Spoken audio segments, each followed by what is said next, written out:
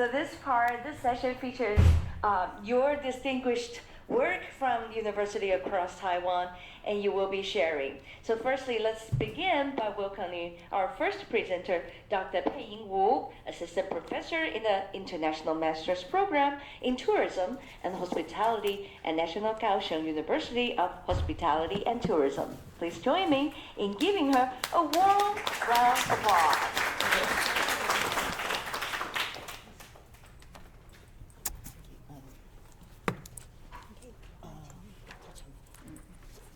Good morning, everyone.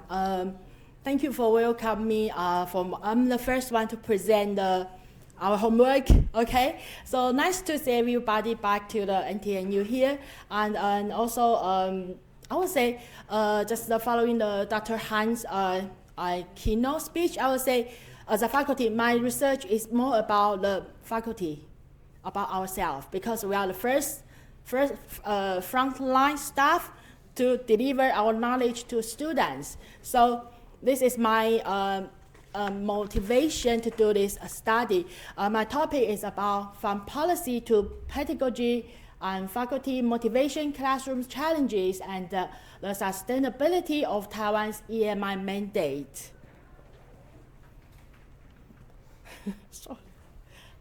Okay, it's okay. Yeah. So my idea for this study is about everyone knows that bilingual 2030 is about 10 years policy in Taiwan. So currently now is 2025 is in the middle stage. So my motivation of this study is about most of us as a faculty in the university, why we teach, why we change to EMI teaching. Okay, and I also have some very interesting feedback, findings from my study. So the first thing is I will say this global competitiveness. Okay, because the low birth rate and no really local students attending the university. So more and more international students, they're going to attend Taiwan's university. So the key problem is that I also see that why we have this kind of training, EMI training in the university. As I think I did mention something earlier in my previous presentation, I would say because university teacher, we've been hired to university because we have our PhD degree. In compare with the elementary, junior, senior high school teachers, they do have some certain teaching training. But how about us? I think I attended yesterday a symposium, and from some colleagues, they mentioned that as we all study our master, PhD for 7 years. So we follow our previous teachers. They always give a lecture style teaching. So we will come back. Okay, that kind of the one-way teaching to our students. But how about we change our teaching style to EMI style? So it's more interactive teaching. So they will make more engaged to students to help them to study more effectively. So my research aim is about to investigate the motivation, challenges, and support needs of frontline faculty, such as us, okay, to assess the sustainability of this mandate and provide evidence-based recommendation. So very interesting, I only have 12 responses here, okay? Because the time is limited, so only 12, but I'm okay, I will carry on this study. So very interesting that I have 12 reply. 100% of them have PhD degree, and also 75% of them they are teach in the public or national universities, and also 50% of them are assistant professor, and also 40% of them now all teach over 15 years already. So the challenge here is identified are not due to lack of academic expertise, but are specific to the unique pressure of EMI teaching model. I think we do learn a lot from this two weeks training in New York. Okay, so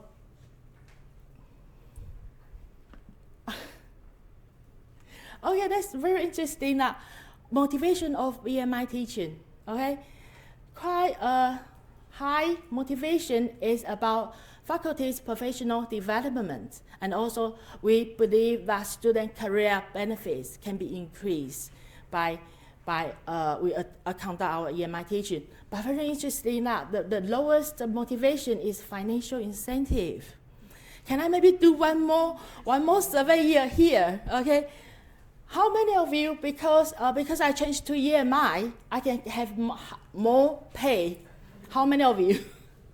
Okay, 1, 2. Okay, but how many of you do professional development to yourself? Yeah, thank you so much. So that is really interesting things. Okay, so keep that in mind. We have that in our in my later discussion. So the second finding is about in this 12 reply. Okay, our reply. We find out our students, their English proficiency is really in different level, and that's caused our difficulties to teach. Okay, so one of the reply mentioned that the balancing content mystery with language accessibility is the main issue for that, and also caused that to the later on the engagement, and also students lower student engagement, high student anxiety, and constant pedagogical tension for instructors trying to ensure comprehension without scaffolding content depth.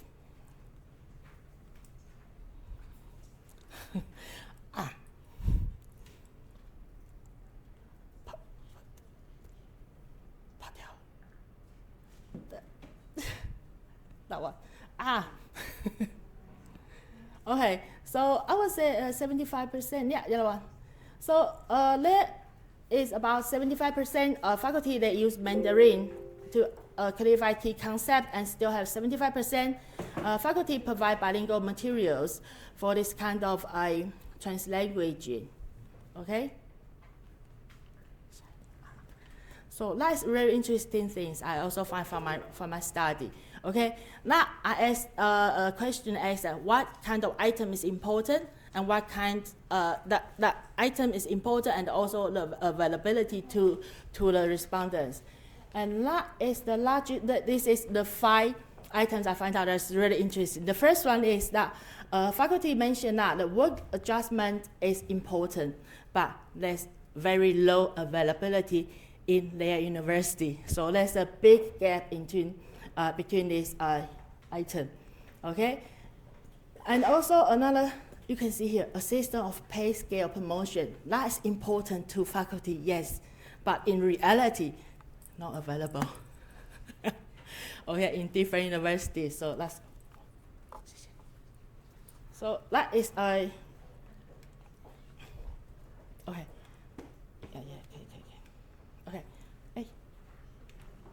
Okay, so we can see the second one is a pay scale. So I just found out that's really interesting items that shows in my research. Okay, so finding 3 is another critical institutional support deficit. Okay, so you can see here that that's top 3 workload, and also reward promotion system and the formal recognition is the higher gaps.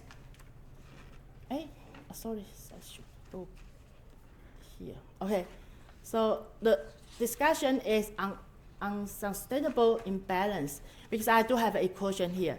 The high intrinsic motivation plus low institutional support equal a receipt of burnout.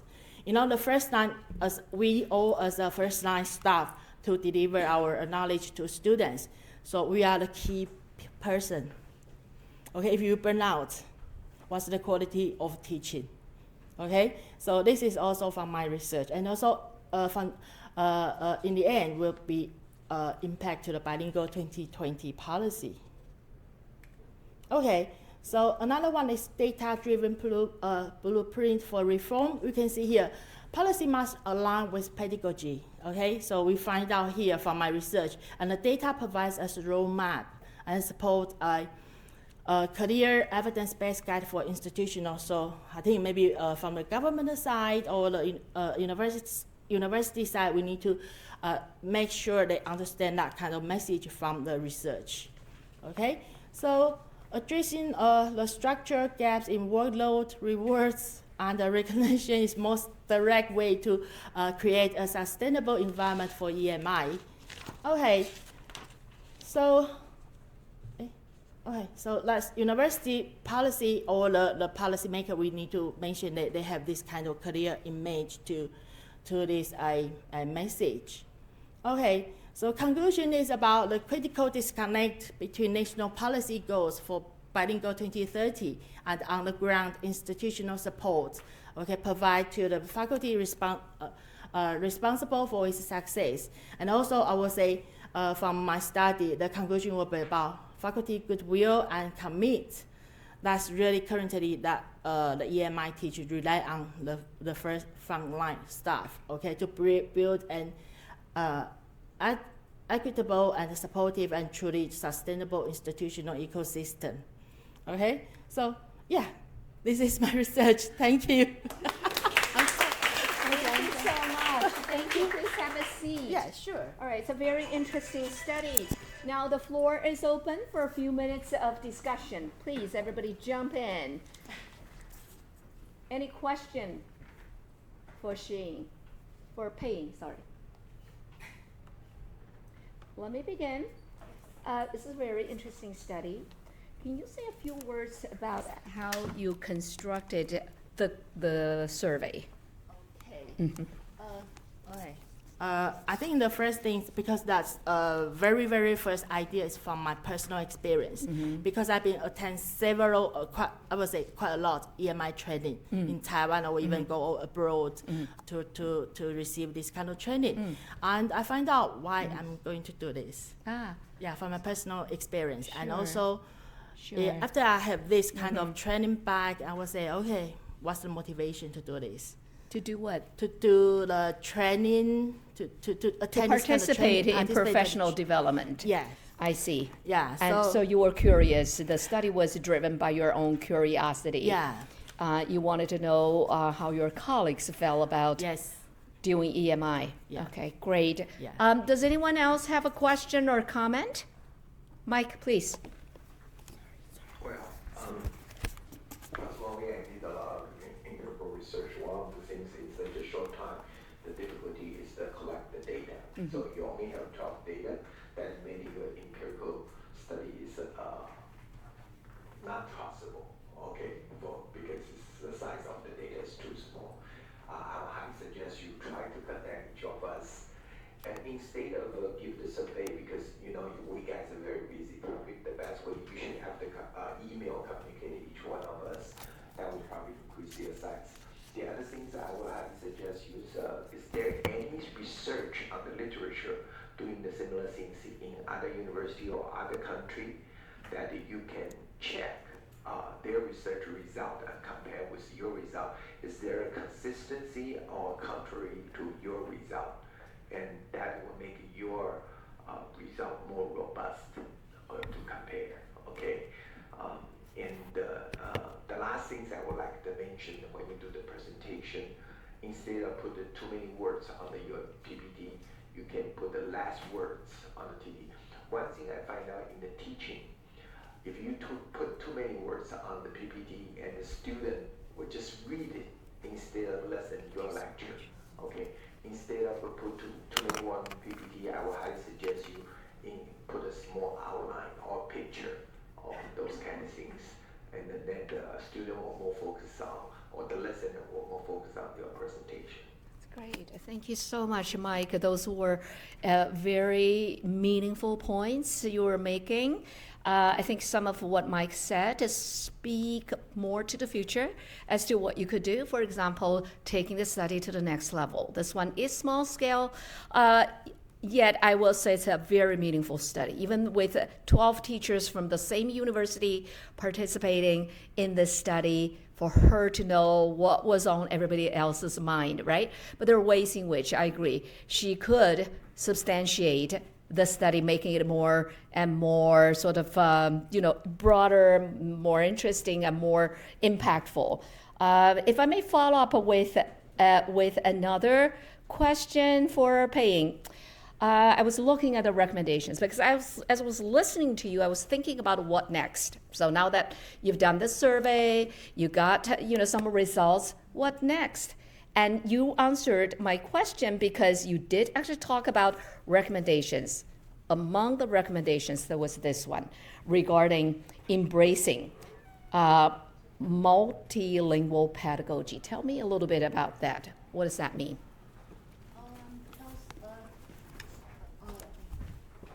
I think for currently in Taiwan, if we want to conduct purely English only in the classroom, still have some difficulties. Yeah. So some faculties, I talk to them and I still say, okay, if the student don't understand, they still change that to the Mandarin to explain that. So that's the 75% show that they still use the bilingual Mandarin and English together in the classroom. And you think that is a recommendation for the policymakers toward the sustainability, toward making the program sustainable? I would say in the beginning, yes. In the beginning stage. It's a reality that Yeah. we can understand. It's a reality. Not everybody is capable of doing EMI. Many of them actually, whether they want to do it or don't, they can't help it. They code switch from English to Chinese. That recommendation coming from your results certainly makes sense, but we can think twice about it. Because if we make that recommendation to policymakers, EMI policymakers, then we're saying to the policymakers that you should allow teachers to do that, to code switch. But our concern is, what about the students? What are they getting? When the languages are code switched like that in the classroom, how does that impact students' learning of content? Wouldn't that actually create confusion sometimes? And how would that impact their language development? That's a big concern. But having said that, I think it makes sense to kind of, given that this is a reality, you can allow that to happen. But ultimately, teachers need to improve their language proficiency so that they can actually really teach EMI. Does that make sense? Yeah, it is, yeah. Thank you. Thank you. How are we doing time-wise, Sonia? We have 3 minutes. Oh, 3 minutes left? Oh, good. Anybody else would like to? Yes, please, Mary. Thank you, Dr. Oz, for your presentation. I'm just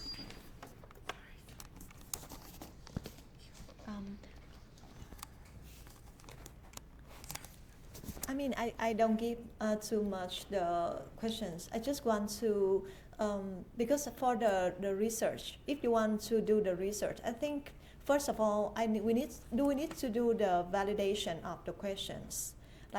Because for this kind of the problem, you have a very small sample size. Is it good for you to do the qualitative analysis, qualitative study, rather than the quantitative study?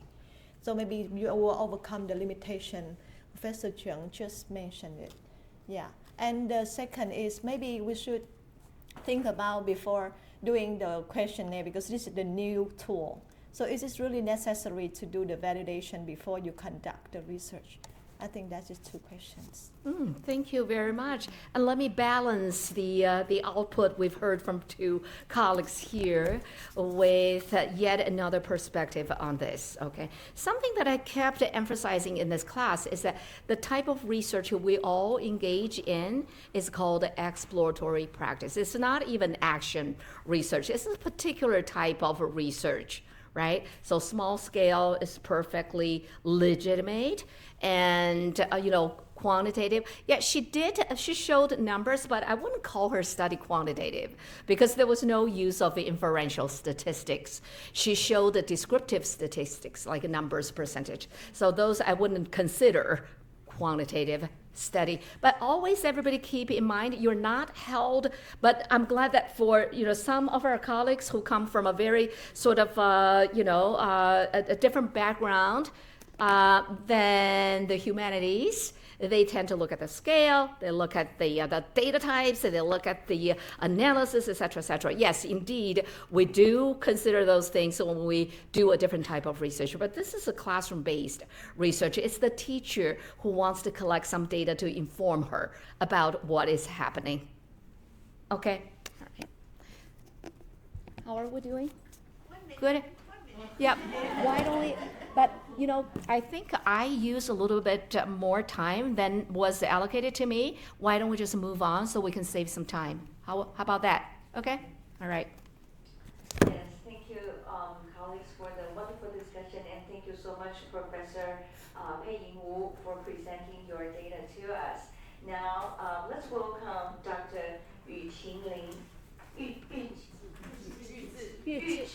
Zhi Lin, the Associate Professor of School of Medicine in Kaohsiung Medical University.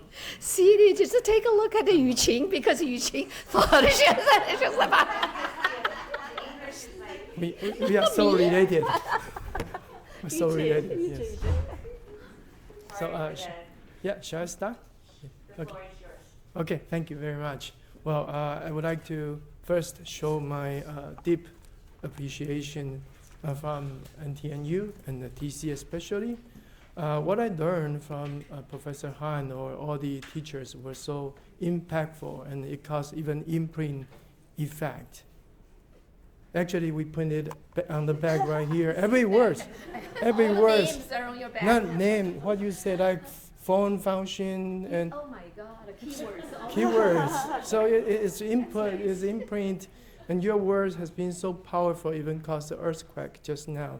When you talk about the exploratory practice, and we are going to talk about what we did regarding what we learned from the TC, the KMU EMI teacher training project. We kind of do it in a separate way. We have another team focused more on the interactive part, and me and Dr. Huang focus on the presentation as a pedagogical practice. Oh, okay, right here? Okay, good. Sure, why not? And okay, yeah. So the context is Kaohsiung Medical University. We have tried to expand the EMI across different disciplines, and there are growing emphasis on faculty's competence in building capacity or competence building for EMI teaching. And I think just jump out this slide, I would like to say, when I try to talk to my colleague, because I'm the leader of faculty development in KMU, and try to tell them what I learned in TC, and they started with, okay, Dr. Lin, could you please say human language? Because this is not really something that we can understand. And later on, they say, okay, let's talk in speak Chinese. I mean, not literally Chinese. It's like when we in US we say speak English because we want to make people understand. So one of the goals is trying to create a faculty development program that apply all these principles, or even the theories that we learned from the TC. And so the faculty development needs are, they need to move beyond English fluency. It's not just speaking English. It's pedagogical intentionally and reflective teaching, and also instructor needs to support to teach through English, to support, not just in English. So to support is very important. And the context also, there are increasing EMI courses offering professional and medical domains, but commonly faculty will concern how do they manage this such exam-centered course, because they need to take national exams. And these are very content intense. So managing cognitive load while teaching complex content in English and maintaining student attention and interaction. That's very difficult, even though when Professor Han was giving the talk, I was very focused, but I still try to use ChatGPT to understand more. Maybe it looks like I'm not paying attention, but actually I'm paying attention to it. But balancing linguistic accuracy with fluency.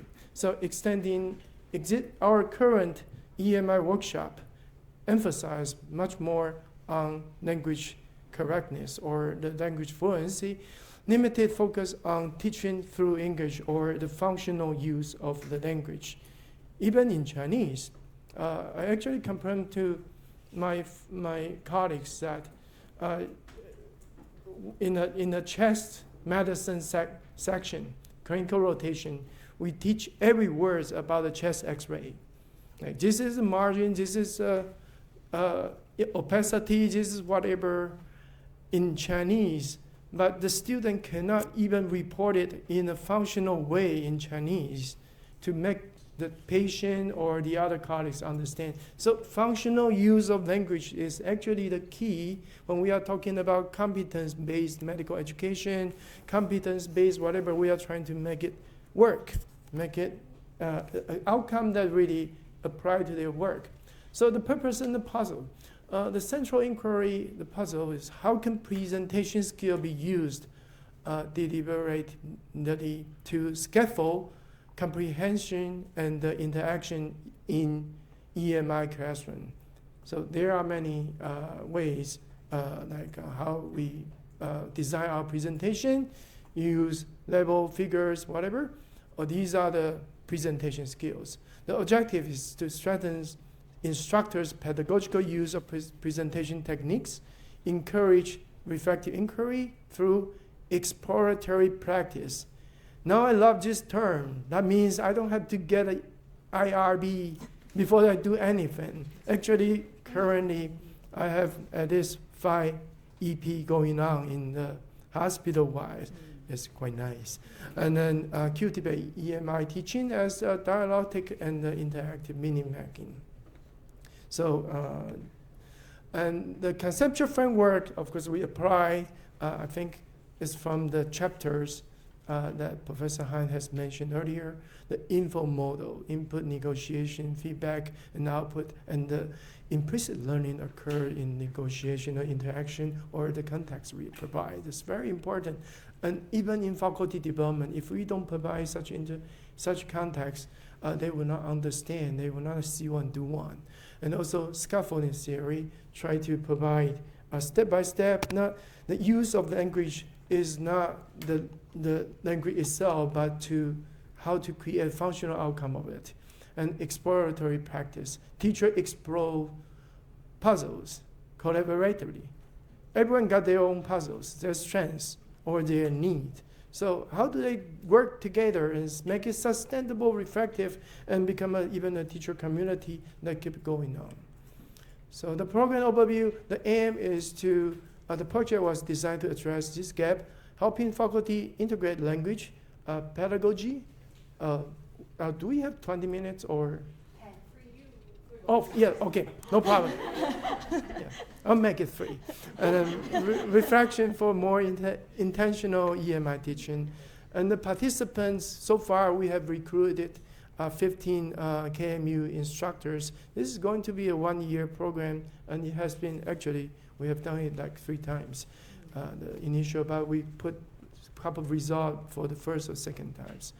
And the structure will be 6 sections and 2 micro-teaching sections. Also together with later Dr. Lee and Dr. Chen, we will have a thorough 16 section programs. So this is a curriculum design, including the instruction to also to, it's important to make sure all the participants understanding what we are doing, make sure that they understand we are not trying to study them, but we are trying to work together, exploratory practice. We are practicing together to make our EMI teaching better. And then the next one, actually, this one was hard. The genre, functional language and genre. But you know what? For this semester, I started to teach genre-based professionalism. And the ChatGPT does help. Genre-based professionalism, which means you can easily find in large language model a lot of genres that can connect it to different contexts or whatever. So anyway, these are good examples to tell the other teachers that how functional language really function. and the genre really can apply to their teaching. Anyway, these are the including visual friend, strategy, pacing, and the pedagogical pronunciation, etc., etc. We try to cover presentation skill that really help teachers to do better presentation and also opportunity for micro teaching. And these are days we have done, and now is October 18, so we have done 3. And these are the photos. I look a little bit older in this picture, but enthusiasm is the same.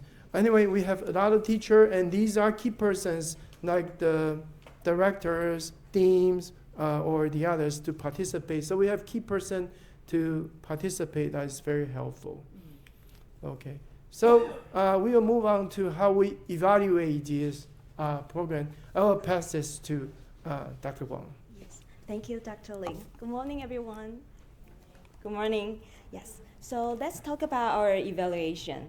We use two level of assessment. At the program level assessment, we look at teachers' growth before and after the training, focusing on the such like lesson organization, student engagement, visual scaffolding, and functional language use.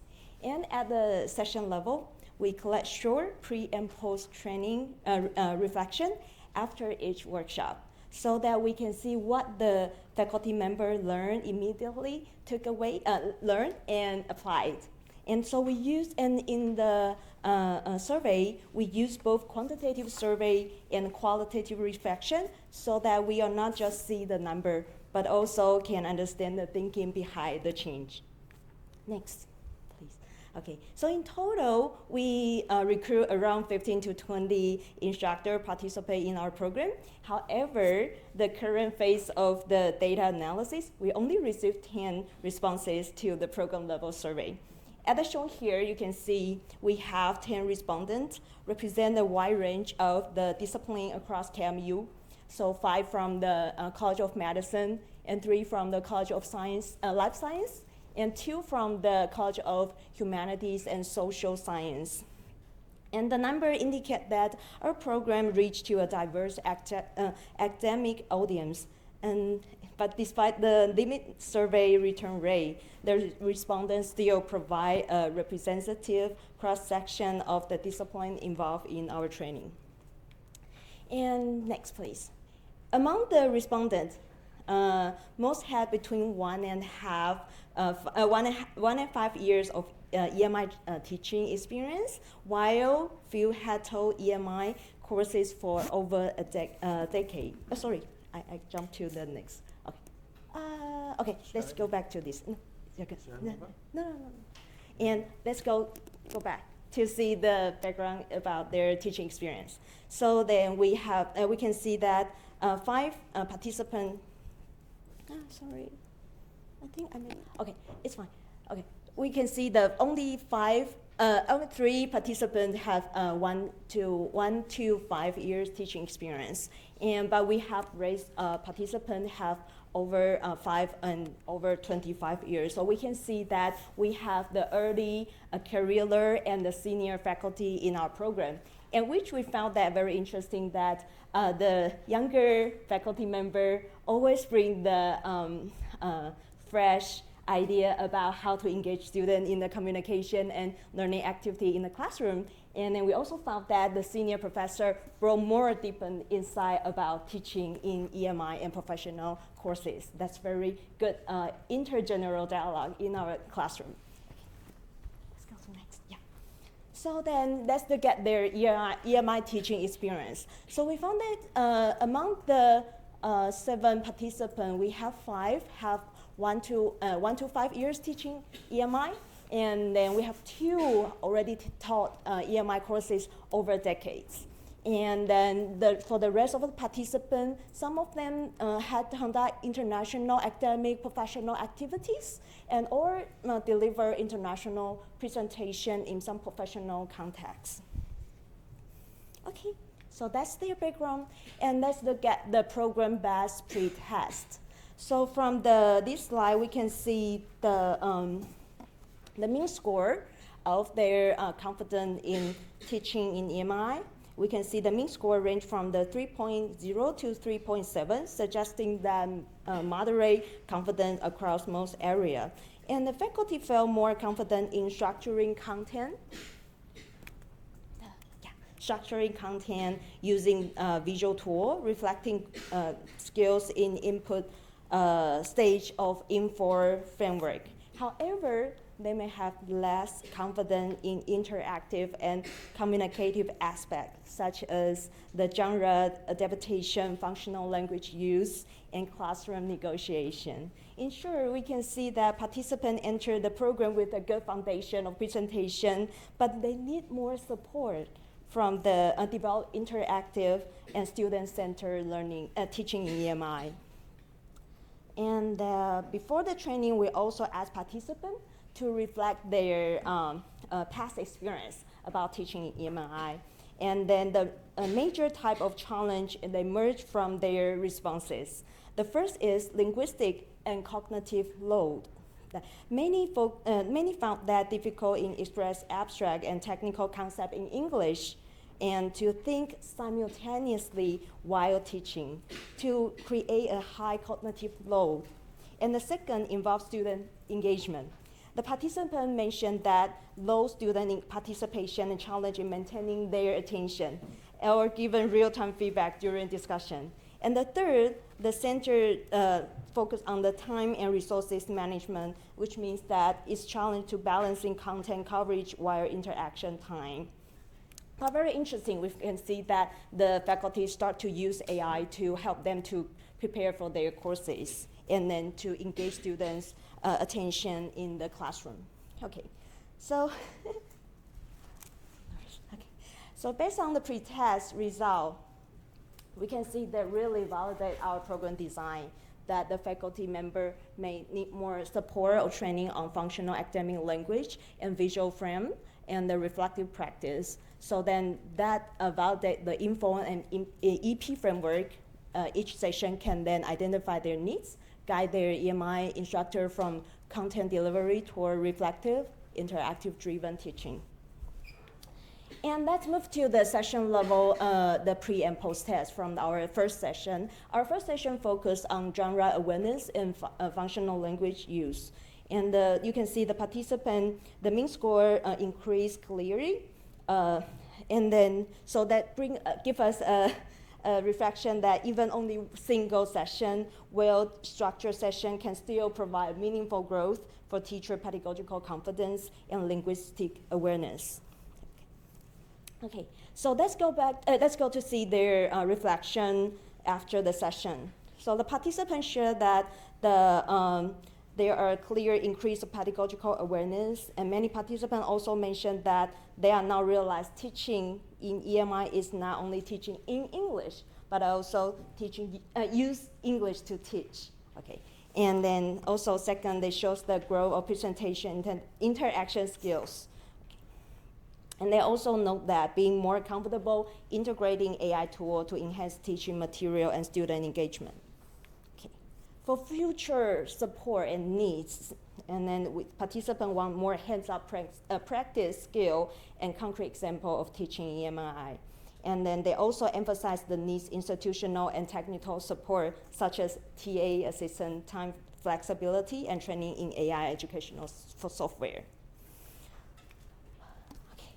To conclude the finding section, and then we can see the first, we have to see the three pedagogical implications merge. First, presentation pedagogical, how instructors teach and design deliver their content, shape how students learn, and how they reason the understanding in the EMI context. And second, EP is suitable. Small group collaboration foster trust, reflection, and continuous professional growth in the supportive environment. Third, integrating language and pedagogical is crucial.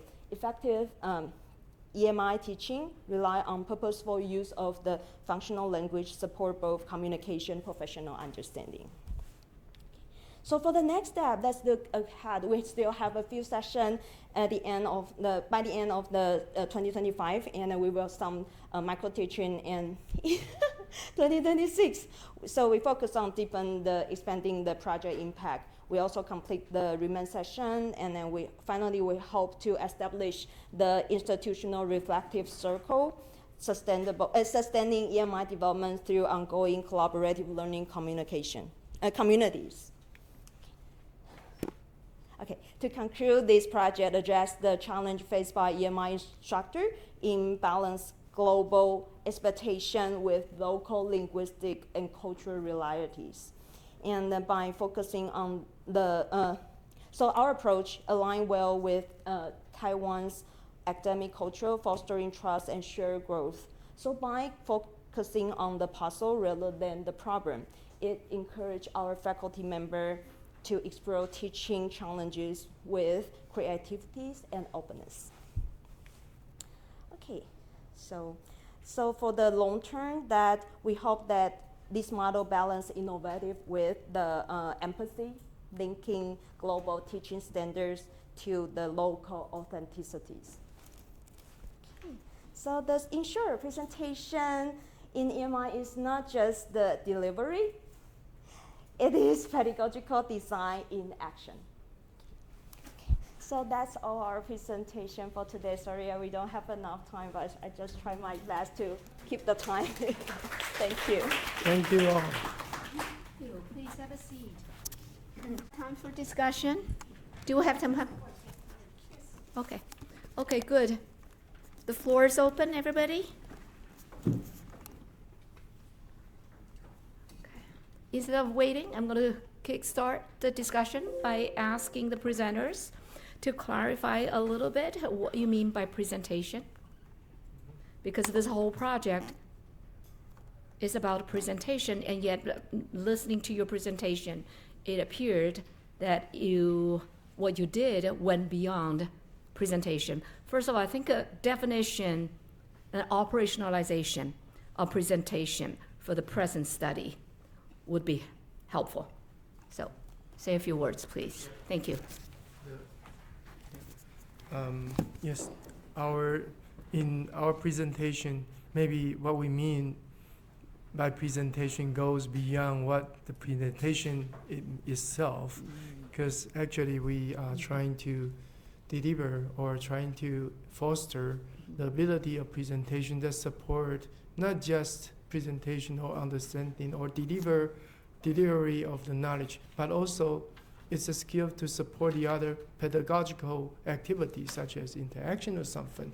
So, but still would like to focus to make it measurable and to make it for future study, to ensure that we can really see what really improve.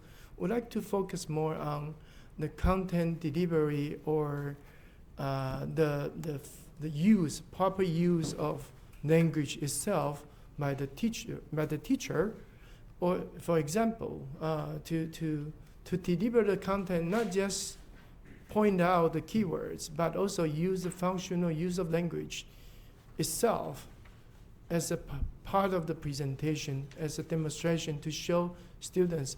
But this kind of separate it a little bit between what is going to happen later on in the interaction part, that for interaction, students learn not just from what teachers taught, but also from implicit learning that occurs between peers or occur between activity or interaction with contents. So I think it is somehow a little bit of definition. I hope this will make it more focused. Well, that certainly helped, because at the beginning of your presentation, when I heard you say presentation, also you were citing the fact that some of the participants already had experience presenting at conferences. So I was immediately thinking about that kind of a presentation. But then I asked myself, if that were the presentation you had in mind, how did you actually deal with the fact that there are all kinds of presentations, even at academic conferences? So I thought you would actually, be talking about that kind of presentation. But later on, when I noticed that the scope was actually way broader, I had a different understanding of what you meant by presentation. I think what you meant was actually teaching, EMI teaching. delivery in the classroom? Yeah, I think delivery is a more precise word to say it. Yeah. Is skill or delivery Yeah. technique? Well, but I'm not a No, delivery teaching, it's a man. pedagogy. What do you do in the classroom? How do you scaffold? How do you teach? It isn't just presenting information to students, right? Exactly. Because teaching involves way more than just making it a one-way street with a teacher presenting information through a lecture or something to the students. There's a lot going on, right? Right. For teaching to be done and for learning to happen. Yes. I would like to share a little bit experience in KMU. We had a faculty development program separating into presentation skill and interaction skill last year or something. Yeah. And this year we tried to add on the word delivery, and it makes folks really, or the faculties kind of confused. What deliver what? And so we kind or of you don't have to use the word delivery. You can say how teachers conduct teaching in the classroom. And that's very general. It's like an umbrella term. Delivery, if they don't understand what delivery means, how teachers conduct teaching in the classroom. Thank you. Okay, anybody else? Yes, please.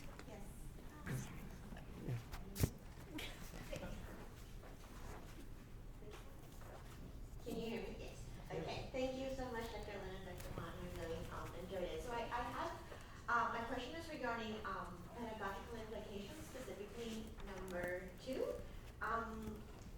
If you could please elaborate a little bit about triads foster reflection, trust, and continuous inquiry, just that word triads. What do you mean by that sentence, and like how did you get to it?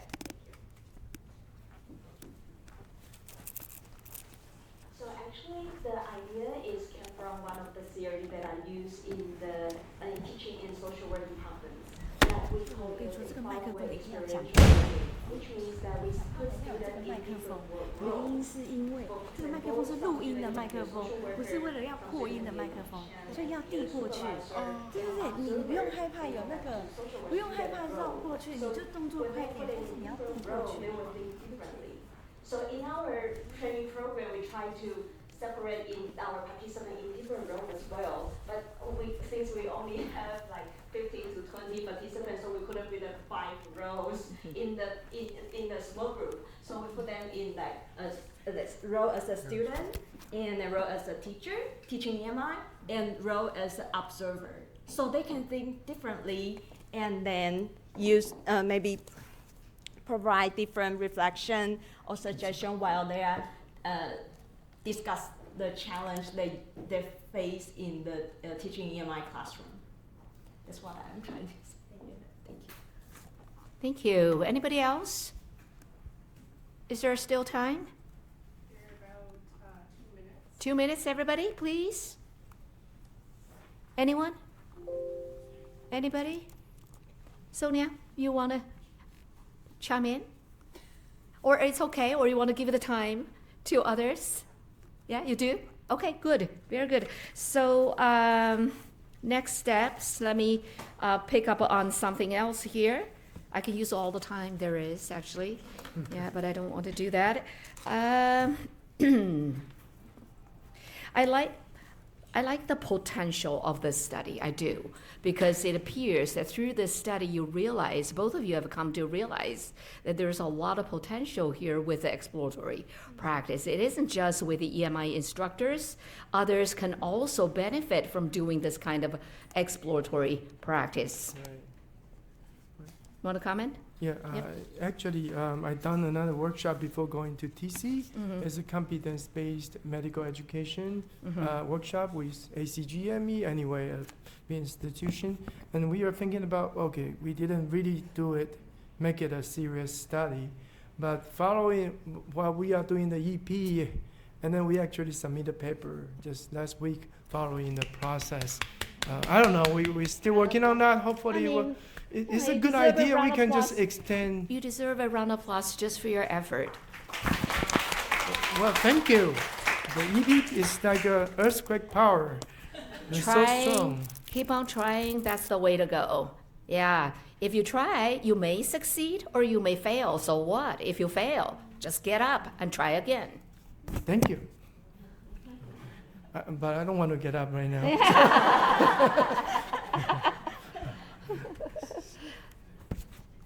Good. There's a section in your presentation called Pedagogical Implications. So Lisa picked up on the second one. I want to pick up on the first one once again. So the first one says presentation is pedagogy. What do you mean by that? It could be. I have a different interpretation, but I want to hear your interpretation. So my interpretation of the presentation is that the teacher not just deliver the professional knowledge, but also we need to ensure that our students understand the content, but also they can apply the skill, knowledge they've learned from my presentation. So how about changing that word presentation into teaching? Yes, I think that's a better word for the content. Teaching is about pedagogy. Yes. Isn't that right? Yes. With that said, one can potentially do a study on just presentation, real presentation at conference presentations, use that as a topic and to stimulate teachers' understanding of what needs to be in place in order to be able to do that. In other words, you treat academic presentations as a target task in your training, so that's the ultimate goal, but you scaffold that ability to do academic presentations. And that could be a very meaningful window on cultivating functional use of language.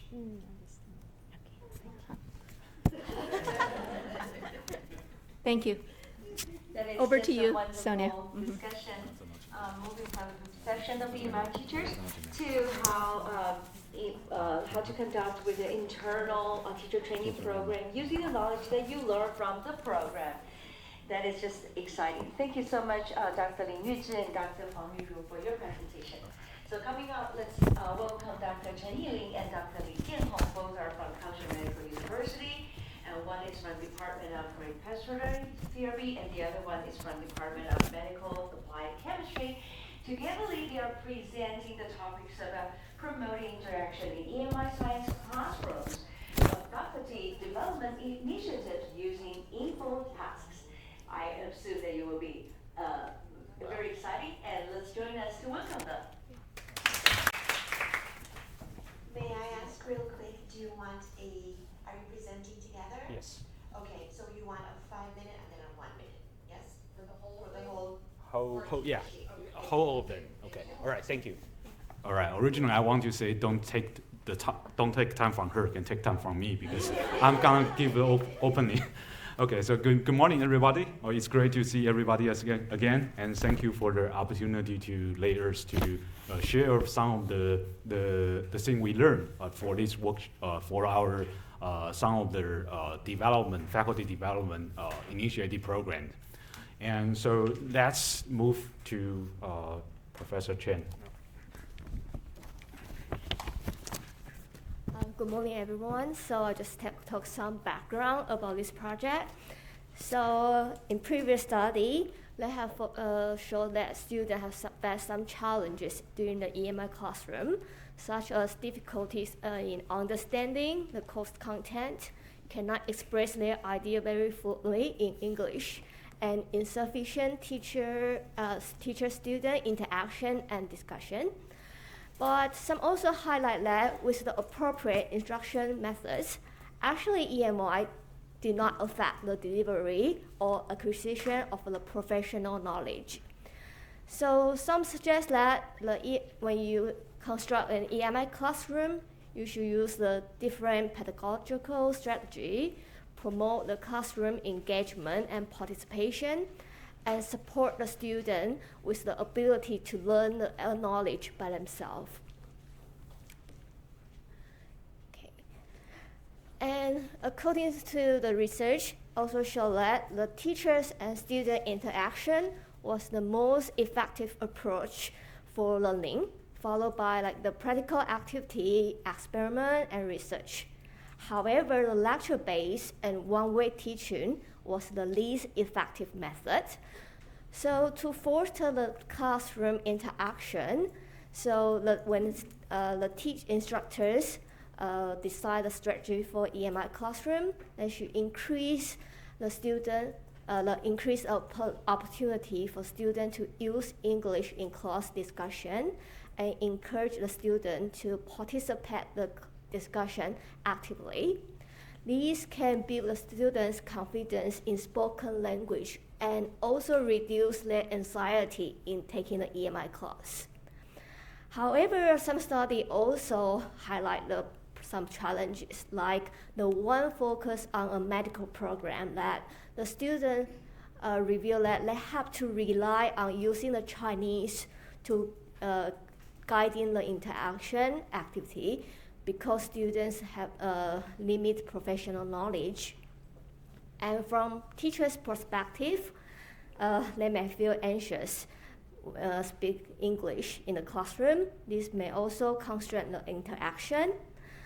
And because when you guiding the interaction or the activity in classroom, you cannot prepare everything. There usually something you didn't expect come up, so you cannot fully prepare in advance.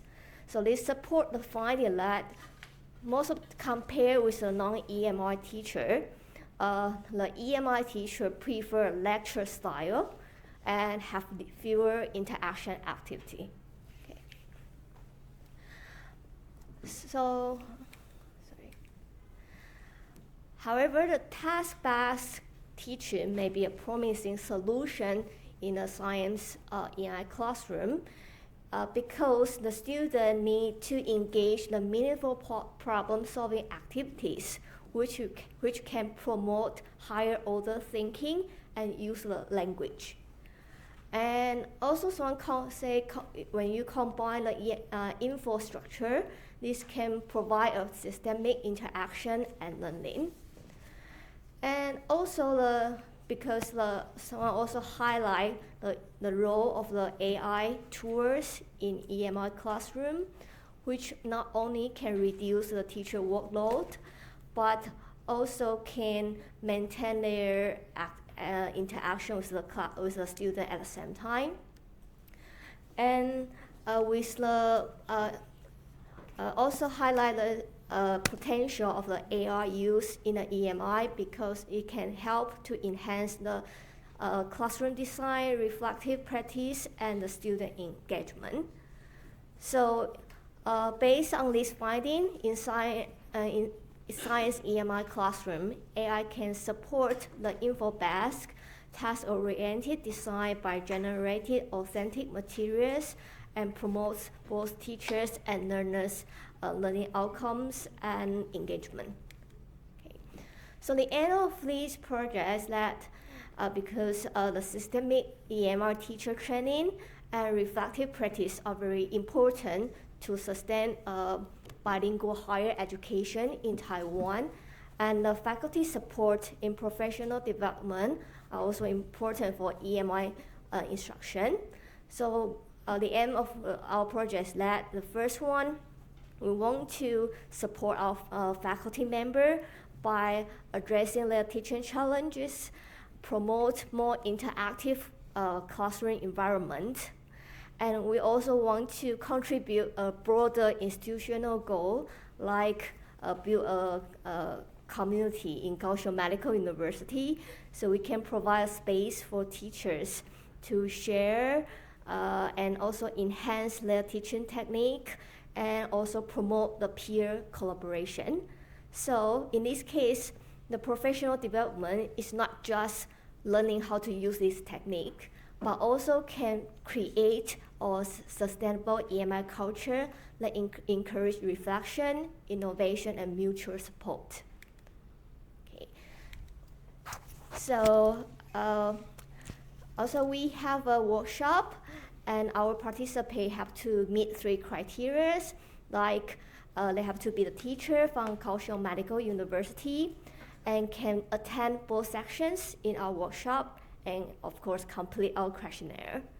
So at the end, we have 11 teachers enrolled, and they are all teach in science-related subjects at undergraduate or graduate level. And 8 of them have EI teaching experience, and the other 3, they are planning to have EMI teach course in the future. So our study is designed like before the workshop, we ask the teacher to fill a form that tell us their problem, their challenges in the EMI classroom. So it's like we identify the puzzle first. And the first section is that we introduce infrastructure and what's the task-based design. And then we show them some teaching activities we learned in Columbia University, and we do it in practically. Okay. And in the section 2 is held by the Dr. Lee. He showed the participants how to use the AI base and also how to generate a task-based task by themselves. Okay. And at the end of the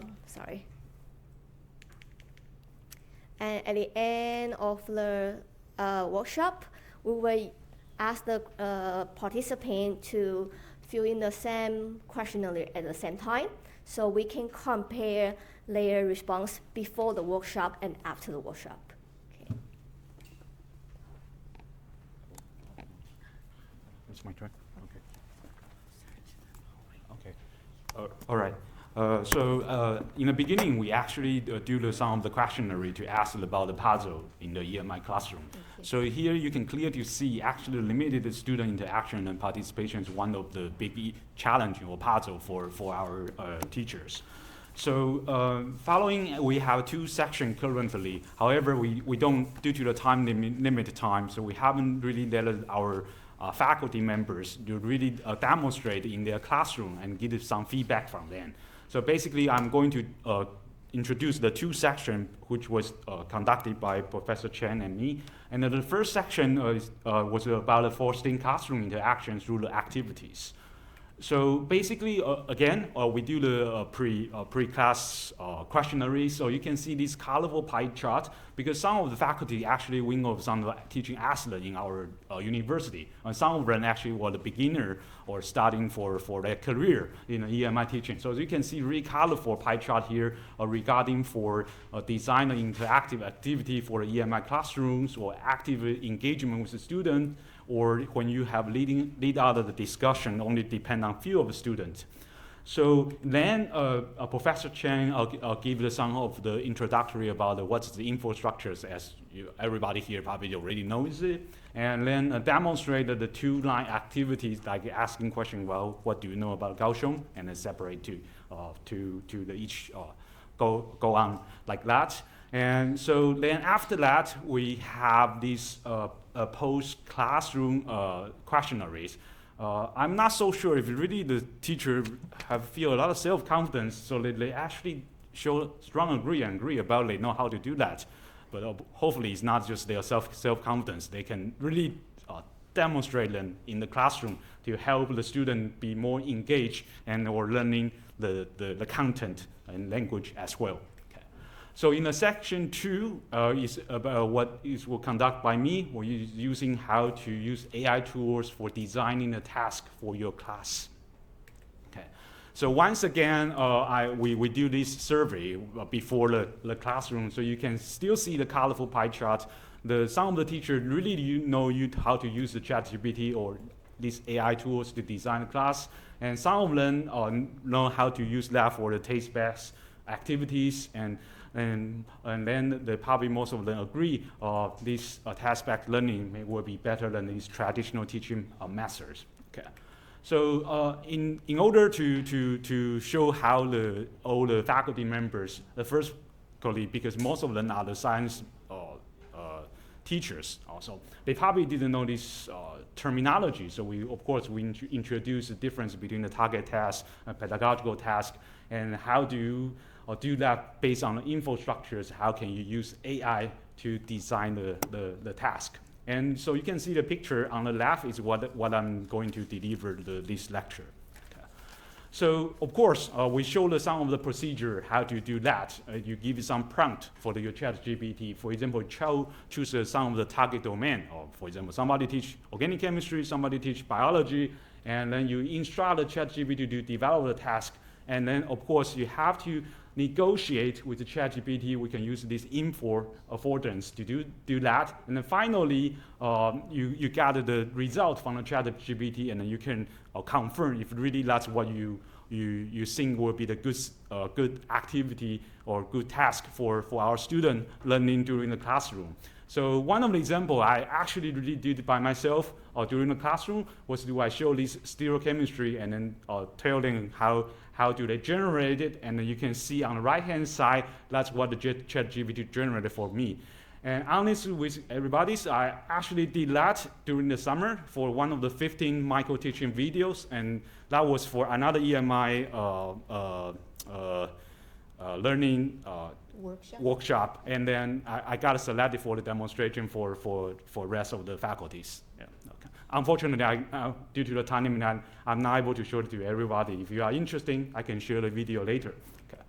So after the classroom, this demonstration, of course, you can see faculty members start to know how to incorporate the AI onto their teaching strategies and for develop the task for their classroom. So it's almost to the end.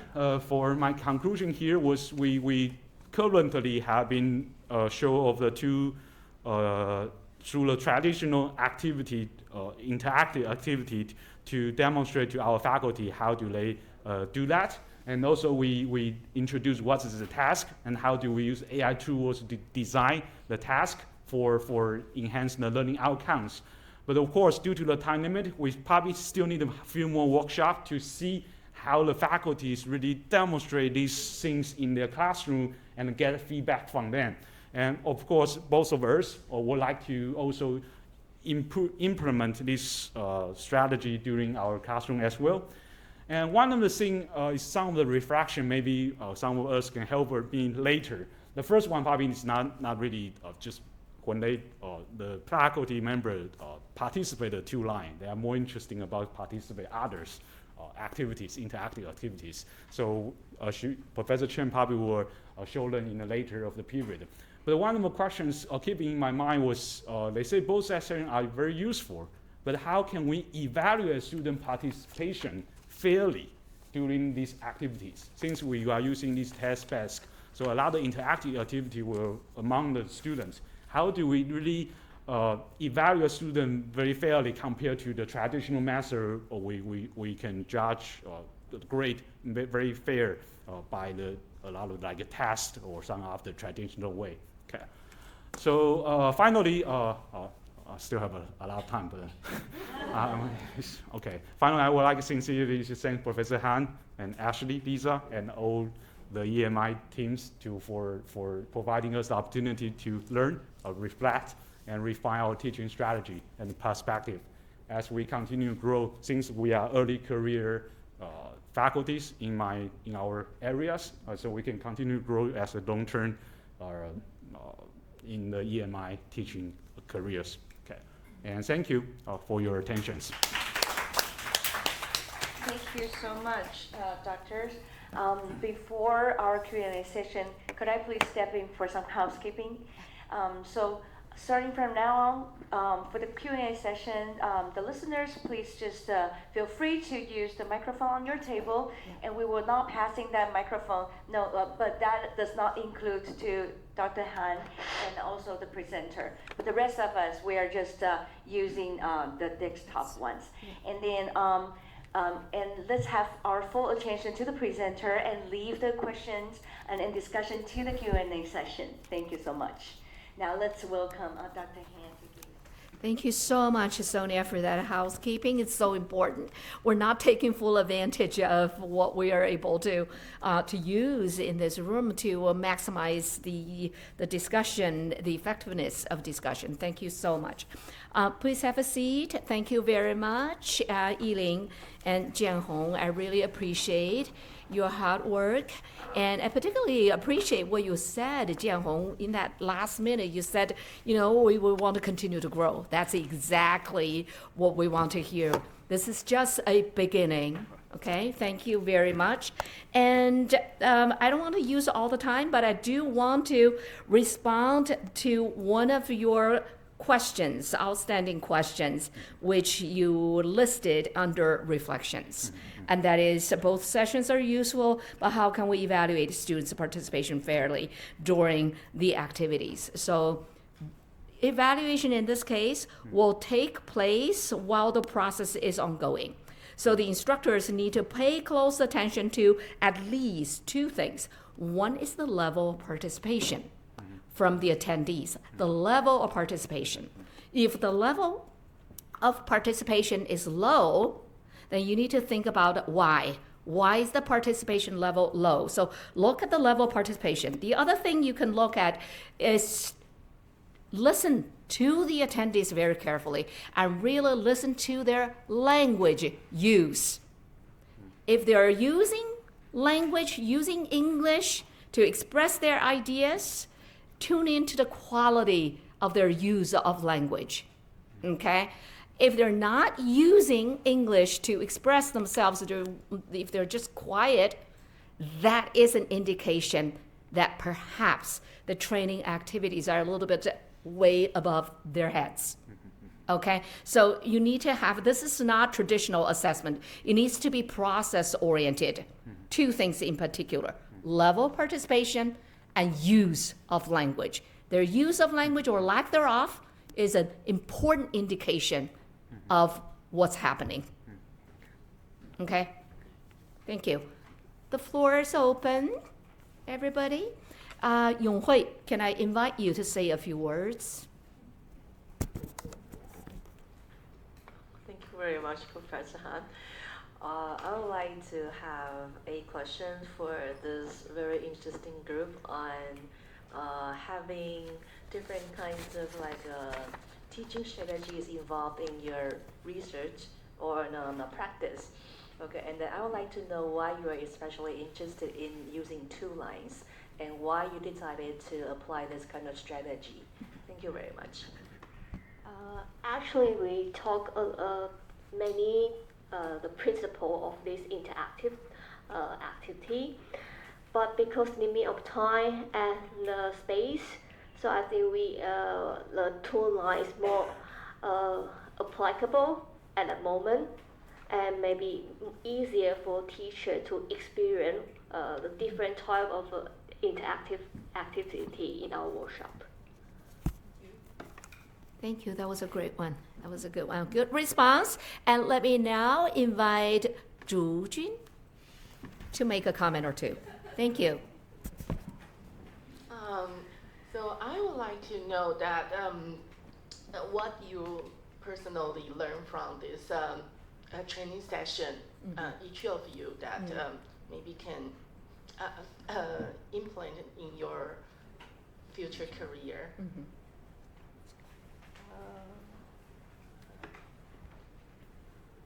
First, I'm glad to know that actually many teachers are still interested in using this interactive activity in the classroom, but we also give some our experience when doing in the Columbia, like what is the advantage or what is not really applicable if you have bigger size of a classroom, because like medical class, they usually have more than 100 students, so this gives us some concepts or idea for teacher if they want to apply some activity skills in a classroom. This may be a good suggestion, advice for them.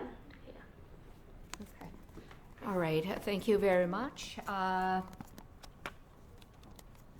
Good question, good comment, and good response. I just want to follow up a little bit on the class size.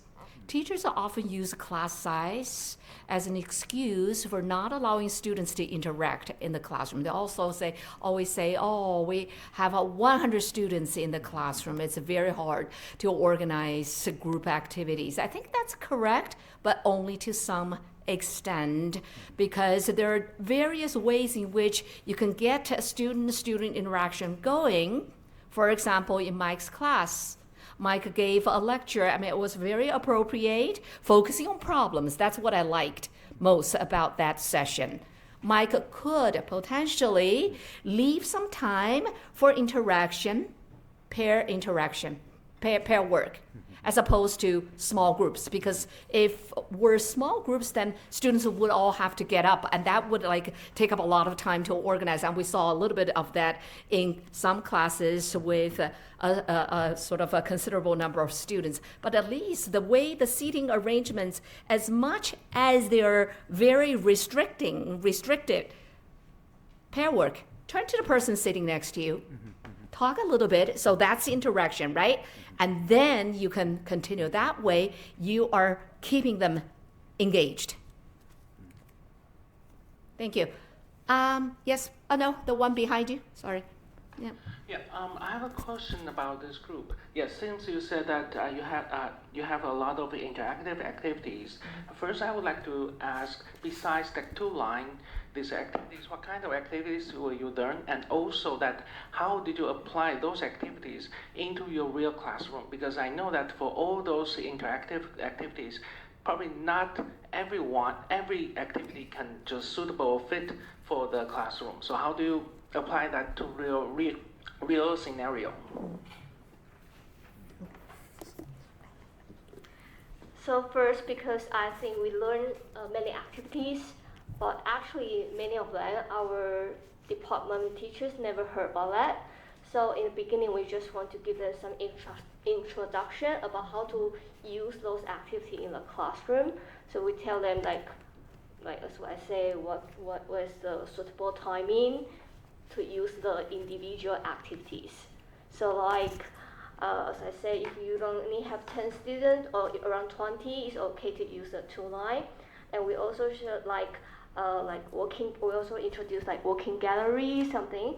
Like we give an example, if you want to show like with the Nobel Prize winner, you can use in different walls, so the student can go past and learn, why this person win the Nobel Prize, and in biochemical, for example, or medicine, and so student can use in the classroom.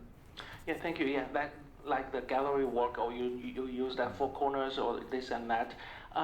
One more question. I'm very curious about the two-line these activities, because for two-line these activities, normally it's for icebreaker or for for warm-up. Yeah. So if I want to use this in your medical real class, so how do they ask those questions if it is not the icebreaker or warm-up? You also can use as a review at the review. Oh, for review. So at the end of the section, you can just ask a quick question like a topic. What is for example, what is the symptoms of the COPD you learned today? It can work, I think. Well, just a sort of an incidental comment here. Really appreciate what we're seeing right now during this discussion period. We have non-project participants participating in the discussion. And also our participants are very confident in addressing the questions. Let's give them all a round of applause. This is great. This is fantastic. How are we doing time-wise? Okay, anybody else would like to? Yes, please. Sonia? Can I make a comment? Can I make a feedback here? Mm-hmm. Well, with these, the program that you're doing, which demonstrate us how you are putting your learning into its application. You make your learning transferable, and then you are transferring what you learned to a greater extent in your community, which is a wonderful initiative, and that can actually boost the development of the ecosystem of EMI practices. More people are seeing you doing it, more people are learning from you, more people are engaging. That is creating the best opportunity for deliberation and the practices and reflection.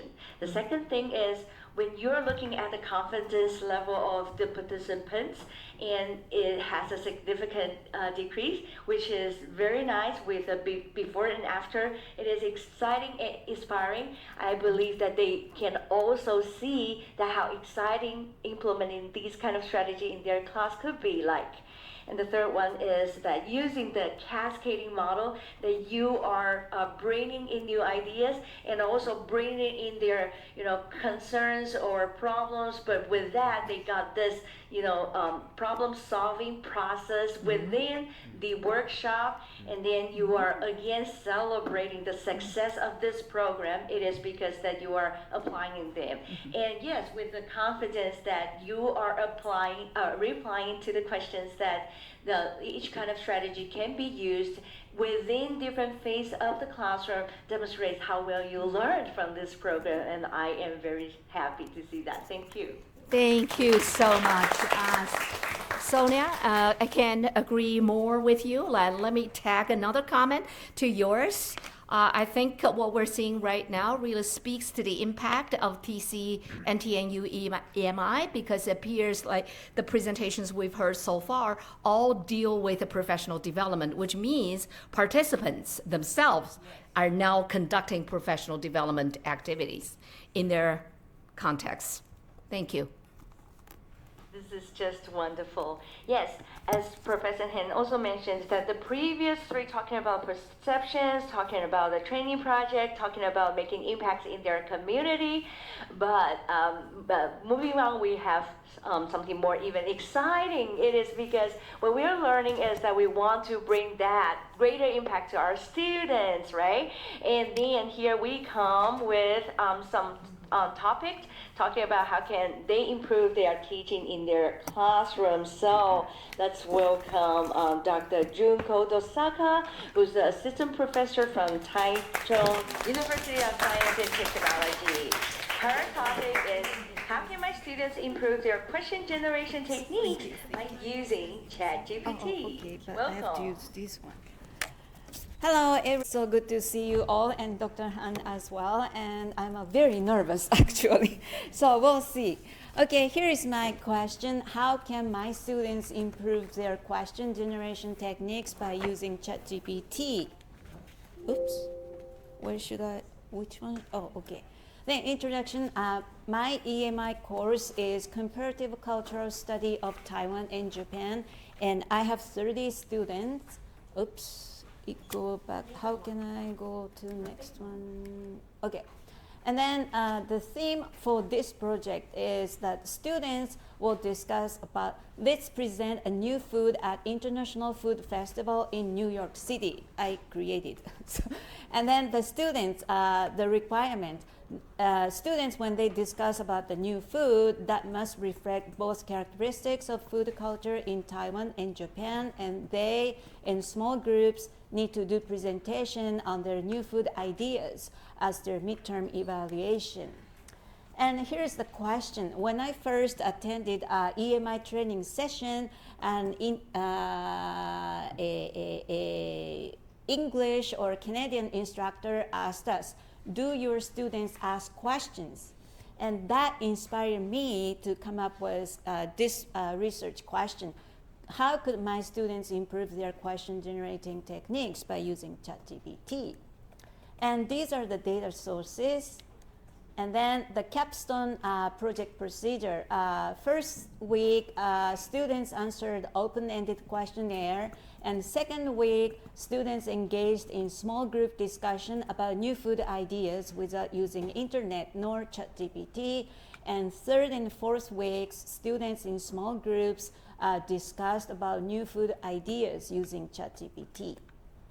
And here's about my students and their perspective about themselves as a learner. Based on open-ended question, 26 out of 30 students use negative or passive expressions about themselves. And about 15 students described nervous or afraid in learning in EMI course.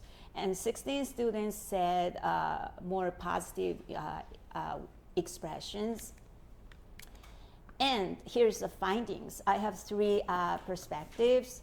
One from students' questionnaire. How often do you ask questions? 20 students out of 30, they said they don't ask any questions or hardly ask questions. And 5 students said, I'm afraid of saying it wrong or asking silly questions. And other students wrote, when there are many students, I don't dare to ask questions. And when do you feel you want to ask questions? And 16 students said, when I don't understand or I want to know. But other students said, I'd rather ask in private. And where there are a few classmates and teacher is gentle, I don't get nervous as much to ask questions. And these comments let me think about, there might be a correlation between speaking anxiety, speaking English anxiety and question anxiety. And from the students' discussion notes, that's a second data source. First discussion without ChatGPT, 5 out of 6 groups use just the lexical terms or short phrases, writing Ds, such as stinky tofu sushi, or I think sashimi braised rice is good. These kind of very short phrases. And so students didn't write down actively about members' comments nor questions during the group discussion. So based on my observation, this might have happened due to students' unfamiliarity with their group members or with the contents, because they are not so used to taking notes. They're so used to taking pictures. So that might be an issue. But one group wrote extensively on their discussion from the first week, generating questions and ideas. And this is the actual students' note. They show their strategy for a new food idea. They say on the left side column, they listed Japanese foods, and the right side column, they listed Taiwanese food, and see if they mix together, how does it sound? So that was their strategy. And then actively also generating questions such as what else can we mix, or how about ramen with fishbowl soup, or sweet potato bowls are famous, right? So these are the suggestion and confirmation types of questions they used.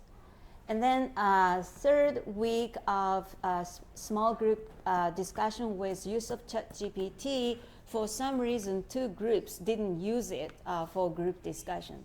And then one group didn't write any discussion comments. They just wrote 2 phrases, I don't know, ChatGPT, question, that's all.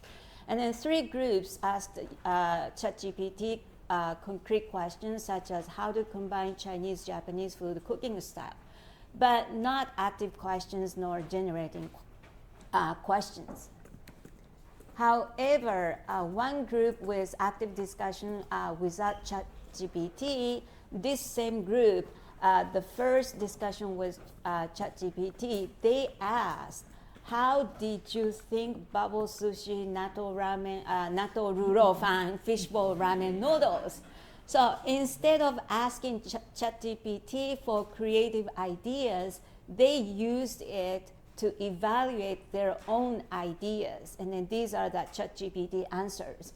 Like, for bubble sushi, sounds interesting. And natto ruro fan, it might taste strange at first, but if you like the strong flavor, you might like it. Or fishbowl ramen noodles, tasty and comforting. That's ChatGPT answers. So then from the third data, students' reflection note, I have 5 students' reflection notes so far. And then they all mentioned positive, gave positive feedback. And they say, I like to ask questions to ChatGPT. It helps me understand better. Or I can get unique and different answers from AI. And in a question of how do you feel about this activity, the whole unit plan, the students wrote, it gave me more things that I didn't think of, and it also helped me learn more vocabulary. So that suggests negotiation with ChatGPT and focus on form. And other student wrote, I felt that this activity was interesting because it made me more curious and motivated to explore different ideas, especially when the AI suggested things I never would have thought or myself. That shows incidental learning. And other students also wrote, I think this activity was helpful and enjoyable. It made the class more interactive and I could practice both English and critical thinking at the same time. So it shows negotiation, info condition with ChatGPT, and discussion. One group just wrote, I don't know, and ChatGPT ? And this is a typical program.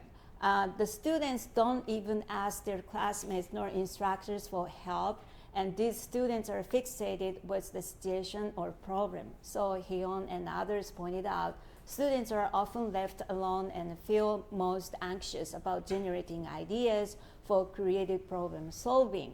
So as an instructor, I think I need to train students how to generate creative ideas. And conclusion, there are 3 findings. And then in terms of anxiety in speaking English and asking questions, students are deeply concerned with others' perception of themselves as a learner. Although many students said, I'm a quiet learner, but I think in reality, they just remain silent because they are so afraid of others' judgment. And some students pointed out use of ChatGPT reduces their anxiety, so I need to consider this relationship to create anxiety-free learning environment with using ChatGPT. And then second, the way to use ChatGPT, one group used it as a feedback on their generated ideas. So such use of ChatGPT scaffold their learning and promote awareness and thought, I think.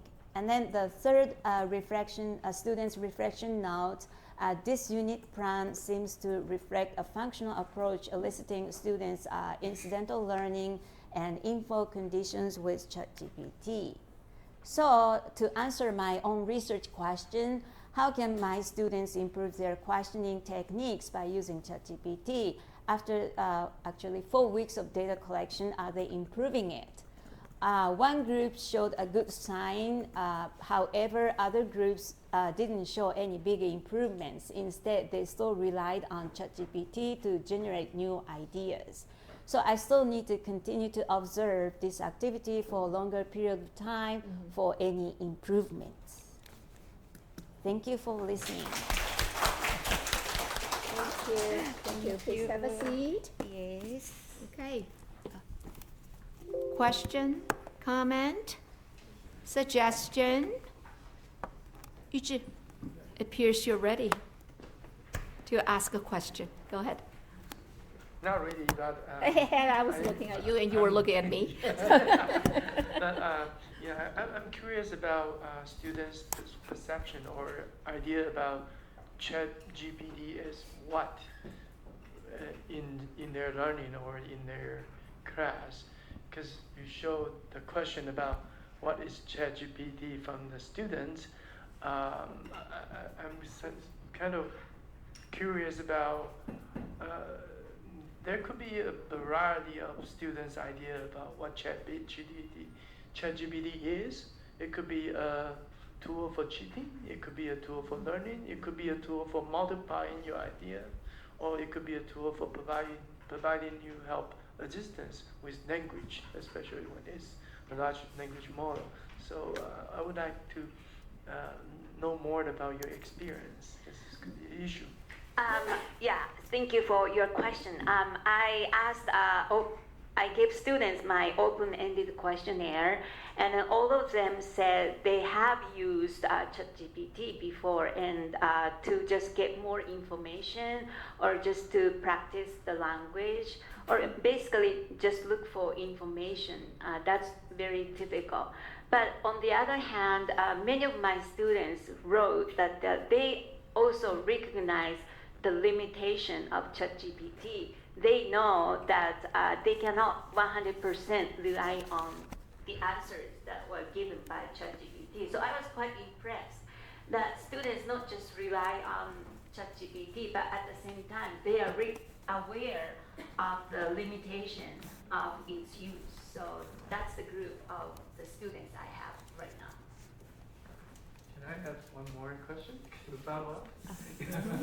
Well, since we started, well, I'm just wondering because the ChatGPT respond to everyone with proper use of language itself.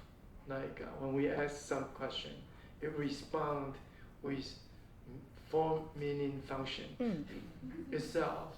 So maybe it will be when students take it as a tool to get information, could it be possible for us to also teach students to use ChatGPT as a tool to generate text for reading or for the example for the use of language. We used to buy books like 1,000 letters or 1,000 example. I got like 10 of them on my bookshelf trying to just show me how to write a letter or something. But now ChatGPT can do it. And I wonder maybe students should know that actually it's not just the information itself, it's the language to support, to embrace, to yes. Yeah. Yes, well, that's also was my original focus on the research. First, without using ChatGPT, what kind of question themselves, they come up with. And then after use of ChatGPT, what kind of question again they can come up with. Because, like I said, students know that ChatGPT is not 100% perfect. So in order to come up with better questions or better answers, they need to train ChatGPT to get better answers. So I thought that process could help students to improve their question techniques. Yeah, so that was my original focus. Yeah, it makes perfect sense. I think that the answer is right on target. But what Yu Zhi was trying to say was that ChatGPT does more than just helping students learn how to ask questions. So there's more potential there to explore. That was his point. I'd like to follow up with something that you reported on today. The results, you said, of the three groups, right? One group appeared to have improved. Two groups didn't seem to have improved much. What are you going to do next?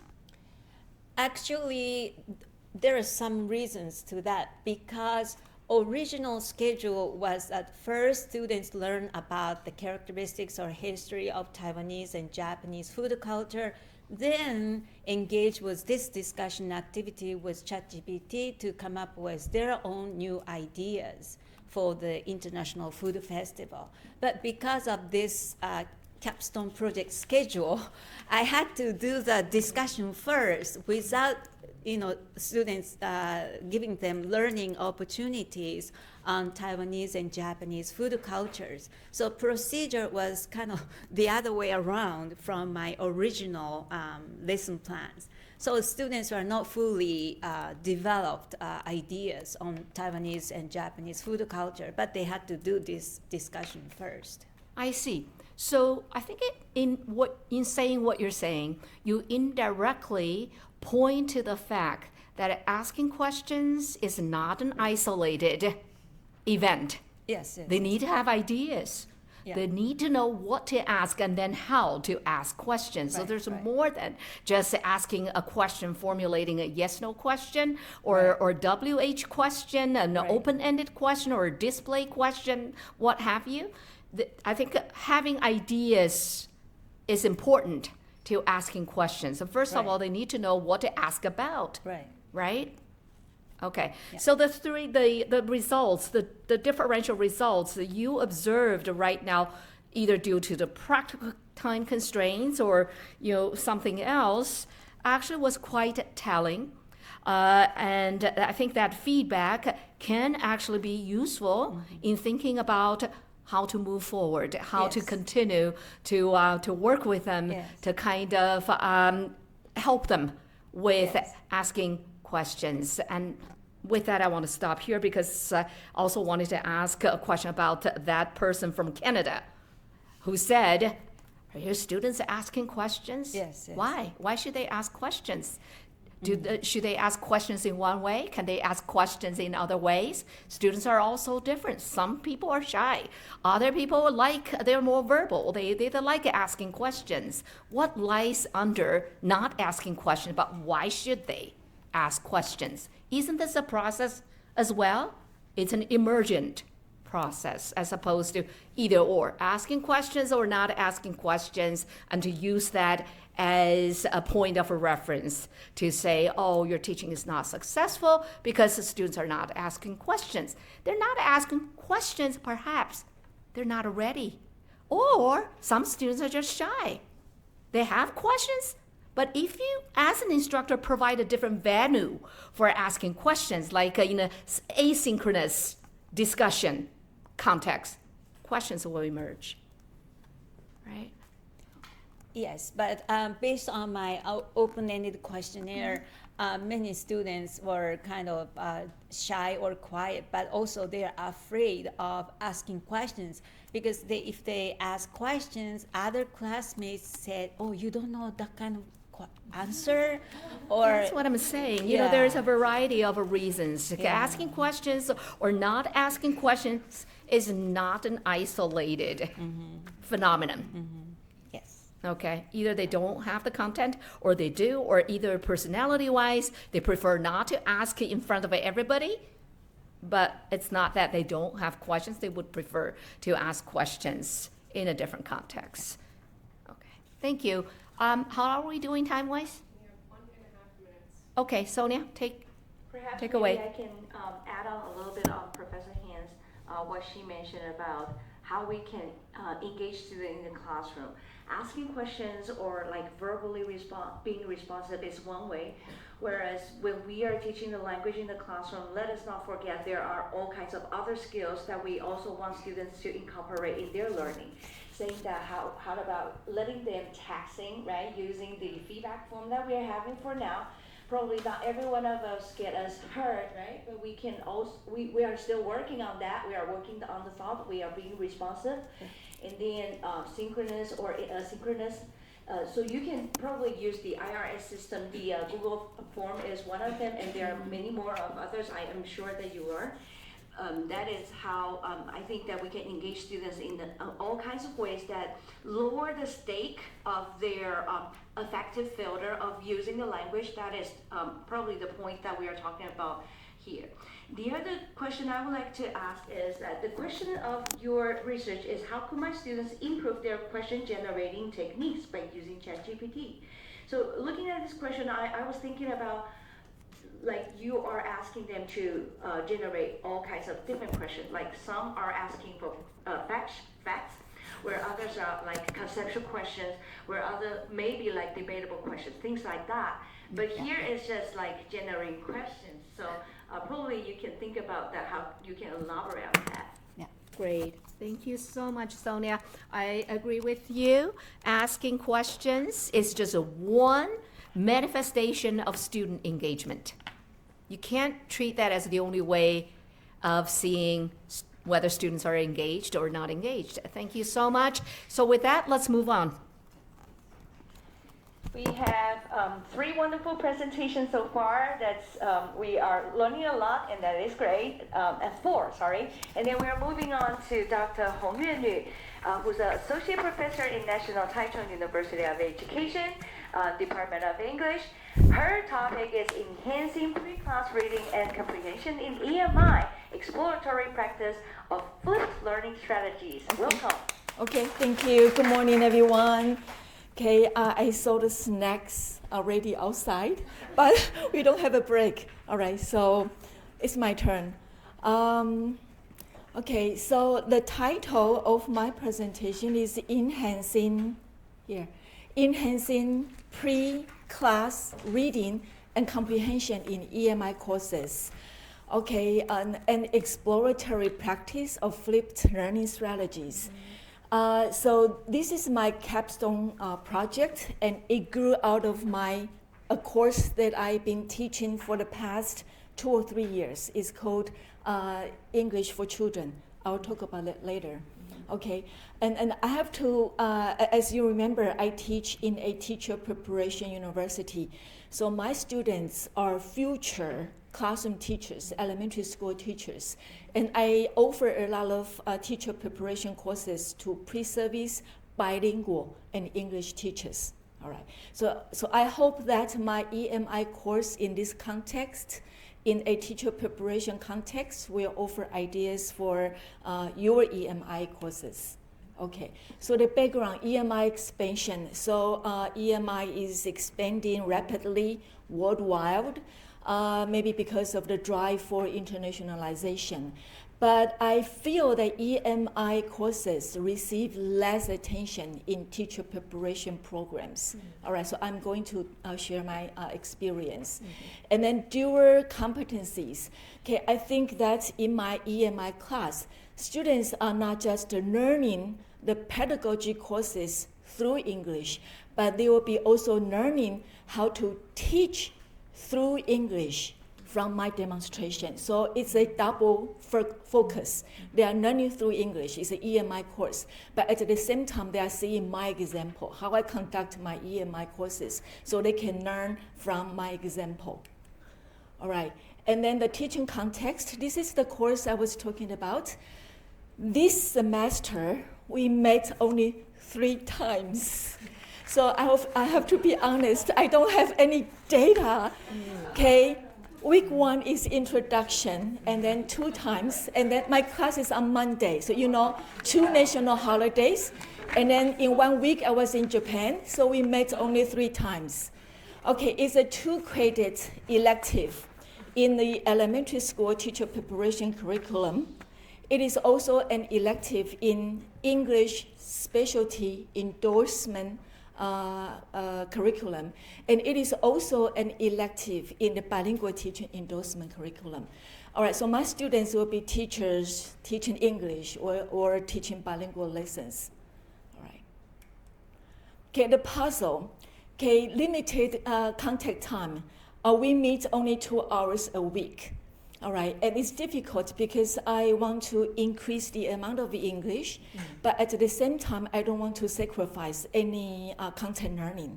All right, so how do I balance maximum amount of English and then the cognitive load? So that is difficult for me. And the next one is reading compliance gap. I always assign something for them to read before coming to class, but the reality is that they don't do it. Okay, and the other one is that assessment challenge. Okay, how do I check that they are ready for the class? Because my idea is that everybody has to finish the required reading before coming, so they have built up basic knowledge, and then I can use the precious class time for more in-depth, exploratory, okay, higher order kind of activity. This is my idea, but it doesn't happen. Yeah, so what do I do? That's the struggle I've been dealing with. Okay, so to address those concerns, I tend to flipped learning. It's a very simple but I think powerful concept. The idea is that I assign the lower level learning activities before class so students can complete the readings, the lower level activities, so that they can build up some basic knowledge. And when they come to class, we can be engaged in more exploration, collaboration, higher order cognitive reflection. Okay, so that's the idea. All right, so my exploratory practice focus, number 1, pre-class preparation. How do I support students to complete the pre-class reading? Okay, how do I help them? Okay, the next question, readiness verification. When they come to class, how do I verify that they are ready? Okay, and I don't like to always give them a test. Students don't like tests. So what other strategies can I do to check that they are ready? So 2 purposes. Okay, so I mentioned that I taught been teaching the class for several times, so I try different strategies on and off, here and there, but never systematically. So this semester, I'm more serious because of this capstone project. So I'm trying to record and organize and keep track of everything. Maybe later I can write it up into a more formal study. Okay, so pre-class preparation, video lecture. So instead of like 10, 20 pages, 30 pages in English, maybe I can video record my lecture, okay, and showing my PPT so that they can listen to my lecture. All right, in that case, I don't have to do the lecture in class.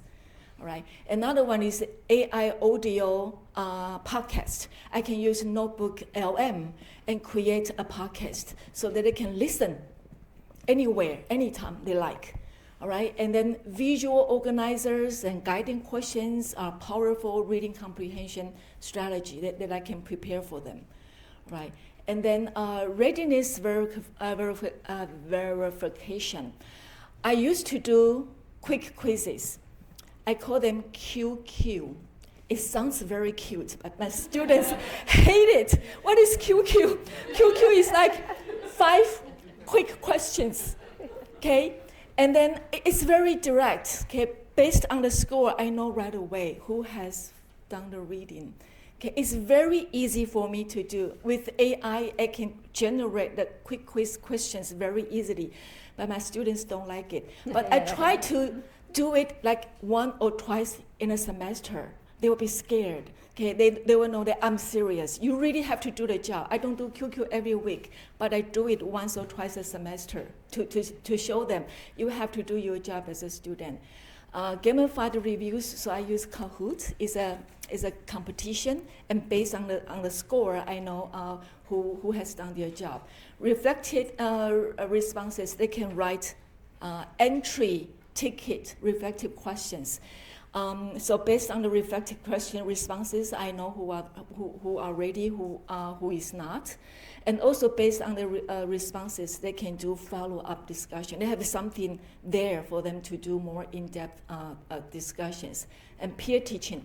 Okay, some examples. This is a podcast that I generated for one of the chapters. Okay, and then this is the QQ. Okay. And also entry ticket.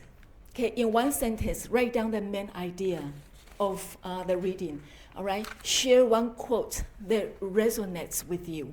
All right, so that is another strategy that I use. And then peer teaching. In this example, I used one of Kagan's cooperative learning strategies called continuous rally robin. So I gave them a question: how do you make sure group discussion is successful? So they brainstorm based on the reading. So everyone has to say something. All right, so this is another strategy that I do at the start of the class. All right, so this we are coming to the conclusion. I think flipped learning, okay, in EMI course is promising. Okay, it helps my EMI to be more sustainable. Okay. And also, balanced approach, it means that from reading the materials on their own, okay, students will become more autonomous learners. They know that it's their job. They have to do it. Okay, and then it helps to balance content learning and language learning. For the next steps, like I said, I'm more serious this semester.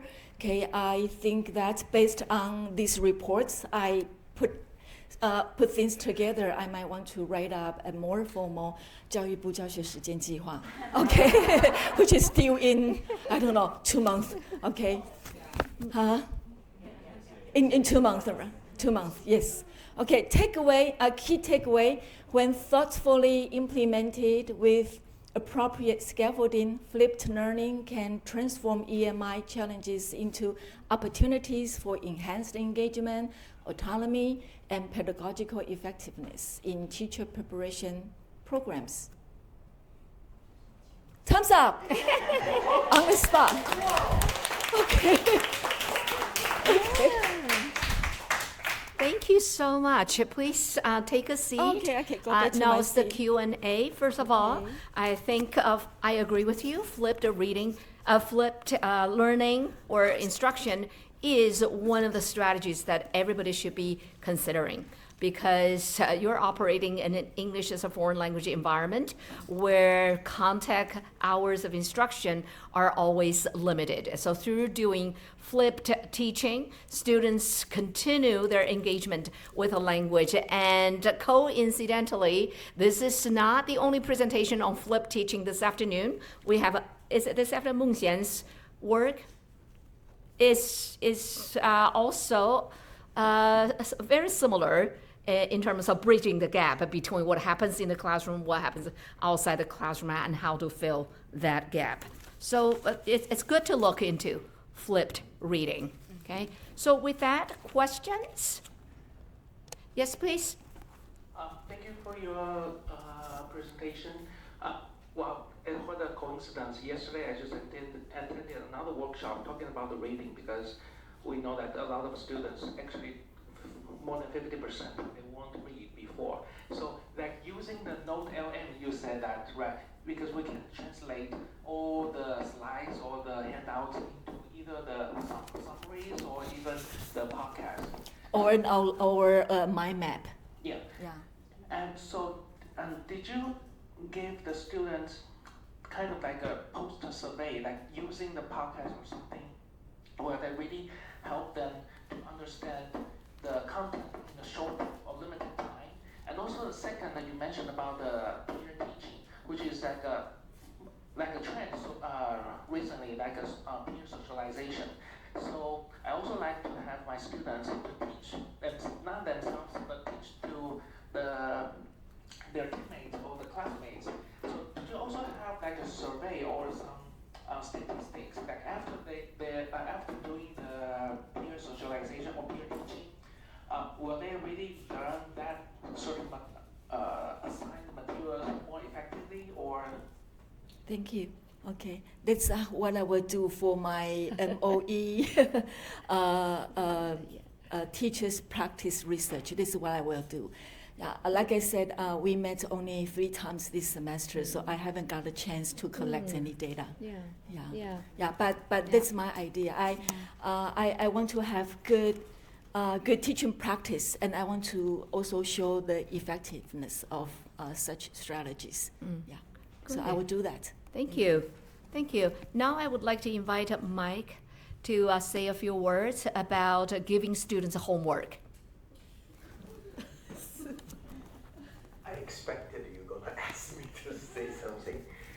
I'm not going to just ask the question for Hong and a professor. I'm going to ask a question for all the projects we just presented. You know, I mentioned this question when we are in New York. I say the way we do things is we pay money for students. Okay, we pay money for the faculty to participate. So one of the projects called the faculty development, you only have a 12 faculty participate, which means participation rate is very low. Okay, we have a similar problem. And also students do not do the reading because there's no incentive for them. I'm a businessman, so I'm very much saying we get the money from the government, we want to give an incentive for the student and the faculty to participate. So we raise their faculty fee, and we raise the scholarship for the student. So with that kind of incentive, maybe that would increase the student to participate.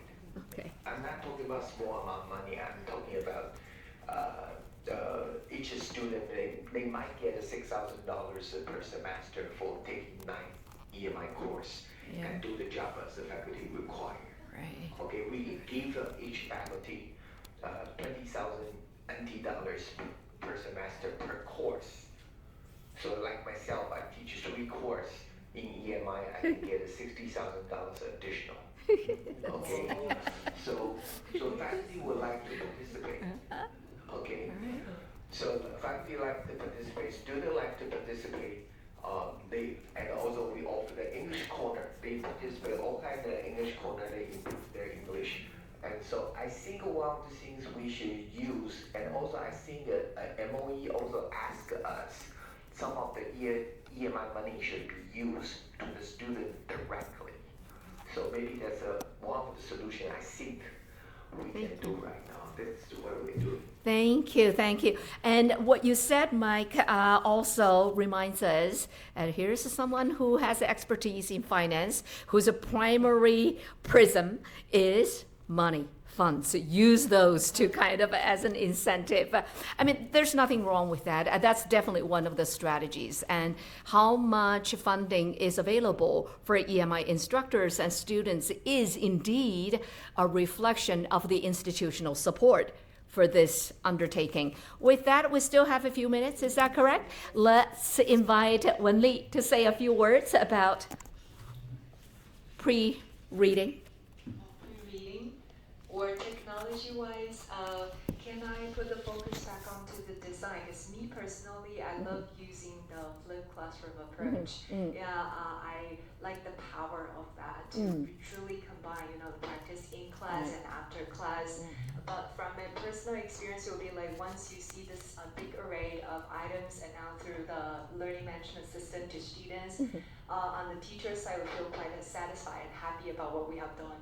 But from the student side, they will go like, wow, okay, there's still gonna be all the different options or like the tasks they have to complete before they come back to class. So I'm not asking any question, I'm simply sharing my personal opinion. It would be like, we have to take it slow, okay? Before we scare away the students, we have to take it slow by not opening up everything to students. Though we have got tons of options or like achievements already done in here. Just simply sharing. Yeah, thank you. Thank you so much. Yeah, that's good. I would like to echo what you said. I think one way, there's so many ways in which actually you can check on whether students have done their reading or not.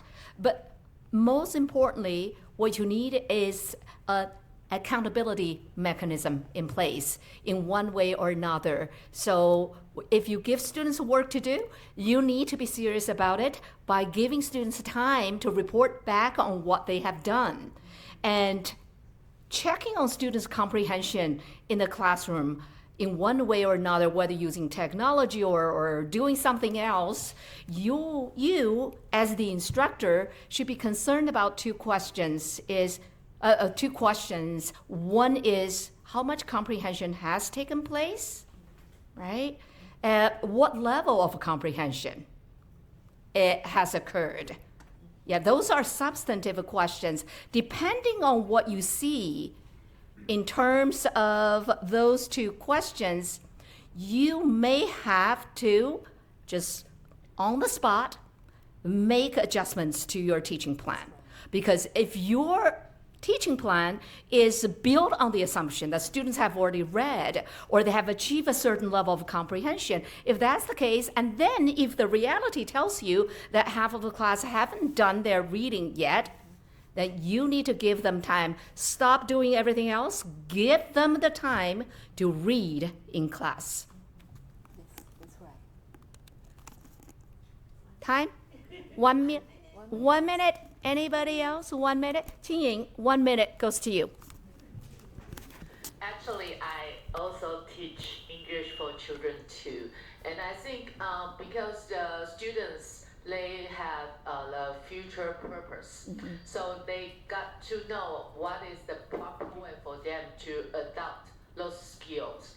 So I think we are the role model to guide them how to make it a good curriculum and lots of plan in advance. So I think Yuanyu did a good job to give the example, to show the good model. And the problem is, I think how to negotiate the time limits or the students' feedback, and we can figure out later. Thank you. Thank you very much. I assume time is up for the Q&A, right? Okay, so let's move on. When is the break? Because we haven't had a break yet. One more. Okay, good. So we're hopeful. Okay, after one more, there's going to be a break. Good. Yes. So let's welcome Dr. Wang Yiyun. She's an assistant professor from Longhua University of Science and Technology with the Cultural Creativity and Media Design Department. Her topic today is revamping the contemporary culture course for greater integration of content and language. Let's welcome. Good morning, everyone. This is my honor to be here to share how I apply Professor Han's info framework to redesign my EMI courses. And this is actually my first English presentation ever. So I'm very, I'm very nervous, yes, and also excited. But I take a note, so if I need to take a note, please forgive me. Okay, I have a little cold today. So my voice, after the semester starts. It actually sounds more beautiful, I think. Okay, thank you. Okay, so let me briefly introduce the background of my course. So contemporary culture is a general education course in humanities. And for most of my students, they come from engineering and management field. And for many of them, this is their first time to take the EMI class. And also this is their first experience discussing cultural topics in English. So the goals of the course is to give those students a chance to explore cultural topics in English and also express their idea in English. Okay, so in fact, I have taught EMI course for about 1 year and a half. So I often use collaborating teaching strategies. But however, I have encountered a lot of challenges. Okay. But the most important, the challenges I encounter is the low motivation and uneven group participations. So every time I start activity, there's always some student dominating the discussion, and some students stay silent or even look at their cell phone. Okay. So my question is the issue in the past, I think that it's the students' problem. Maybe they don't have the motivation to learn, so they don't want to participate. But after taking Professor Han's 2 weeks EMI workshops, I thought that maybe I can redesign my course and to do something to solve this problem. So I decided to use the info framework as a diagnostic tool to see how to improve. Okay, let me show you some pictures from my classrooms. In the last pictures, they are in the front. They are 2 male students. They are from semiconductor engineering, and they are good at English, and they are actively discussing. But in the back, they are still two male students. They are just wearing the facial mask and sit there and waiting for them to finish. And also in the right photos, and there's a girl. She's writing the result of the discussion. She's very responsible, and she's very active in class. But her teammate was just waiting for her to finish. Yeah, so I thought is there any way to improve these situations? Okay, then I thought that I can use the info framework to redesign my course and to know how to improve. So I think we're all familiar with that. Okay. So the inputs, we should provide more clear or comprehensible material. For this, I want to mention that sometimes we think that the material is very clear, but we should think from the perspective for our student. Sometimes we think, it's very clear, but for my student, it's not that clear. So we should think from the perspective for our student. And negotiation, we should create more chance for our student to interact with each other and also interact with the contents. And for the feedbacks, we should provide more formative feedbacks and not just encouragement. Okay. And for the outputs, we should create lots of chance for them to demonstrate their learning. Okay, so this is my diagnostic finding. For the inputs, I found that my text instruction was not always very clear. So I need some bilingual support for my student. Yes, I need more explanation on some key terms. Okay, And for negotiation, that's what we see in the pictures. Sometimes I didn't provide equal chance for them to participate. And for the feedbacks, in fact, I thought that's the weakest part of my course. Sometimes I forget. I often encourage them, but I didn't give them some constructive feedback. So I thought that's something I need to improve. And for the outputs, in the past, I only had one final presentation only. So they don't have enough chance to demonstrate what they learned. Yeah. Okay, so that's the refined course. That's my refined course design. So I try to balance the info condition in my course. Okay, so I provide clear written or multimodal inputs. I've given a lot of video. I will write something on the right. I even write the outline of the course on the whiteboard.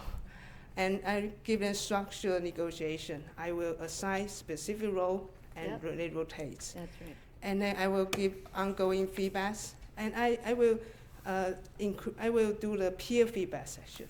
Yeah, sometimes students' feedback is more effective than mine. Okay, and scalable outputs. I will provide a lot of chance for them to do the mini presentation, sometime in the beginning of the class or the end of the class, giving a lot of chance to demonstrate. Okay, so these are some example activity, but I have to say, until now, I had only 2 times to meet my student. So this is the plans. Like the 2 lines, I will ask them to draw the cultural identity map, and they can do the exchange. And chat station, because I will deliver a lot of definition of culture, and we'll do the chat stations. Okay, and we'll do some group debate. And for the final projects, we don't have an exam. I will ask them to analyze cultural phenomena and to use the theory we study, we learn from the class, so they can apply what they learned with the real cases. Okay, so this is a reflection and a conclusion. After the process, I have learned some important lessons. For first one, I think that in the past, I think that it's impossible to enhance my student motivation. But now I think that motivation it can be shaped by designs. Yeah. It's not fixes. Yeah. Okay. So, and the info is a powerful tool for teachers' reflections. Okay, it can help me to look at my course in a new way. Okay, and EMI course is about creating conditions for learning. It's like Professor Han always reminds us, EMI is not just teaching in English, it's about creating conditions for students to learn. I think it not only works for EMI, it's also works in other courses too. Okay, so so that's it. Okay, so I think I think after this process, I really appreciate. I'm really happy that I have a chance to attend the 2 weeks workshops, even though sometimes I feel a little stressful, but I feel really rewarding that I have been through this process. Okay, so thank you everyone. Thank you. Thank you so much, Yun. I'm blown away. And I'm so happy that I did not evaluate everybody's performance only by looking at who spoke in class. Because if I had used that criterion, she would have failed because she seldom spoke up in class during the 2-week period. Nonetheless, look at the amount of learning. Mike, I want to draw your attention to the PowerPoint. Isn't that beautiful?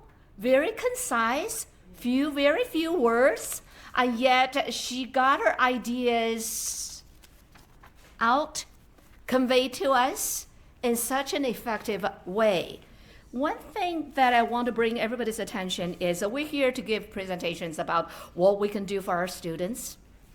But here we have someone showcasing what we can do for ourselves. So as Yifeng said, Yiyun said, I'm nervous. This is my first time. Think about the experience. Just because of that, you can imagine how much time she put into putting together this PowerPoint file and also rehearsing the presentation. As a result, she sounded so fluent Isn't that right? This is great. Okay, all right, the floor is open for discussion. Anyone?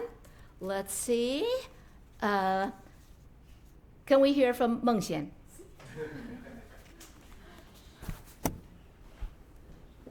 Okay, yeah, I'm not so nervous now.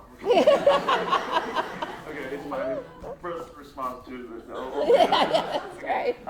Because thanks to Professor Wang, and I'm wondering that because you just showed the process of how you prepare for this class, I want to know that how you connect the content, complementary culture, the content to your students, and how do they know that what is connection of this class to their maybe real world or the real practice, so they would like to participate in the classroom that, oh, if I learn this, I can do what kind of things in my daily life. Oh, it's a good one. Okay, because this is a call for general education, so and the students are from vocational education background, so I really need to show them the reason why they need to take this course.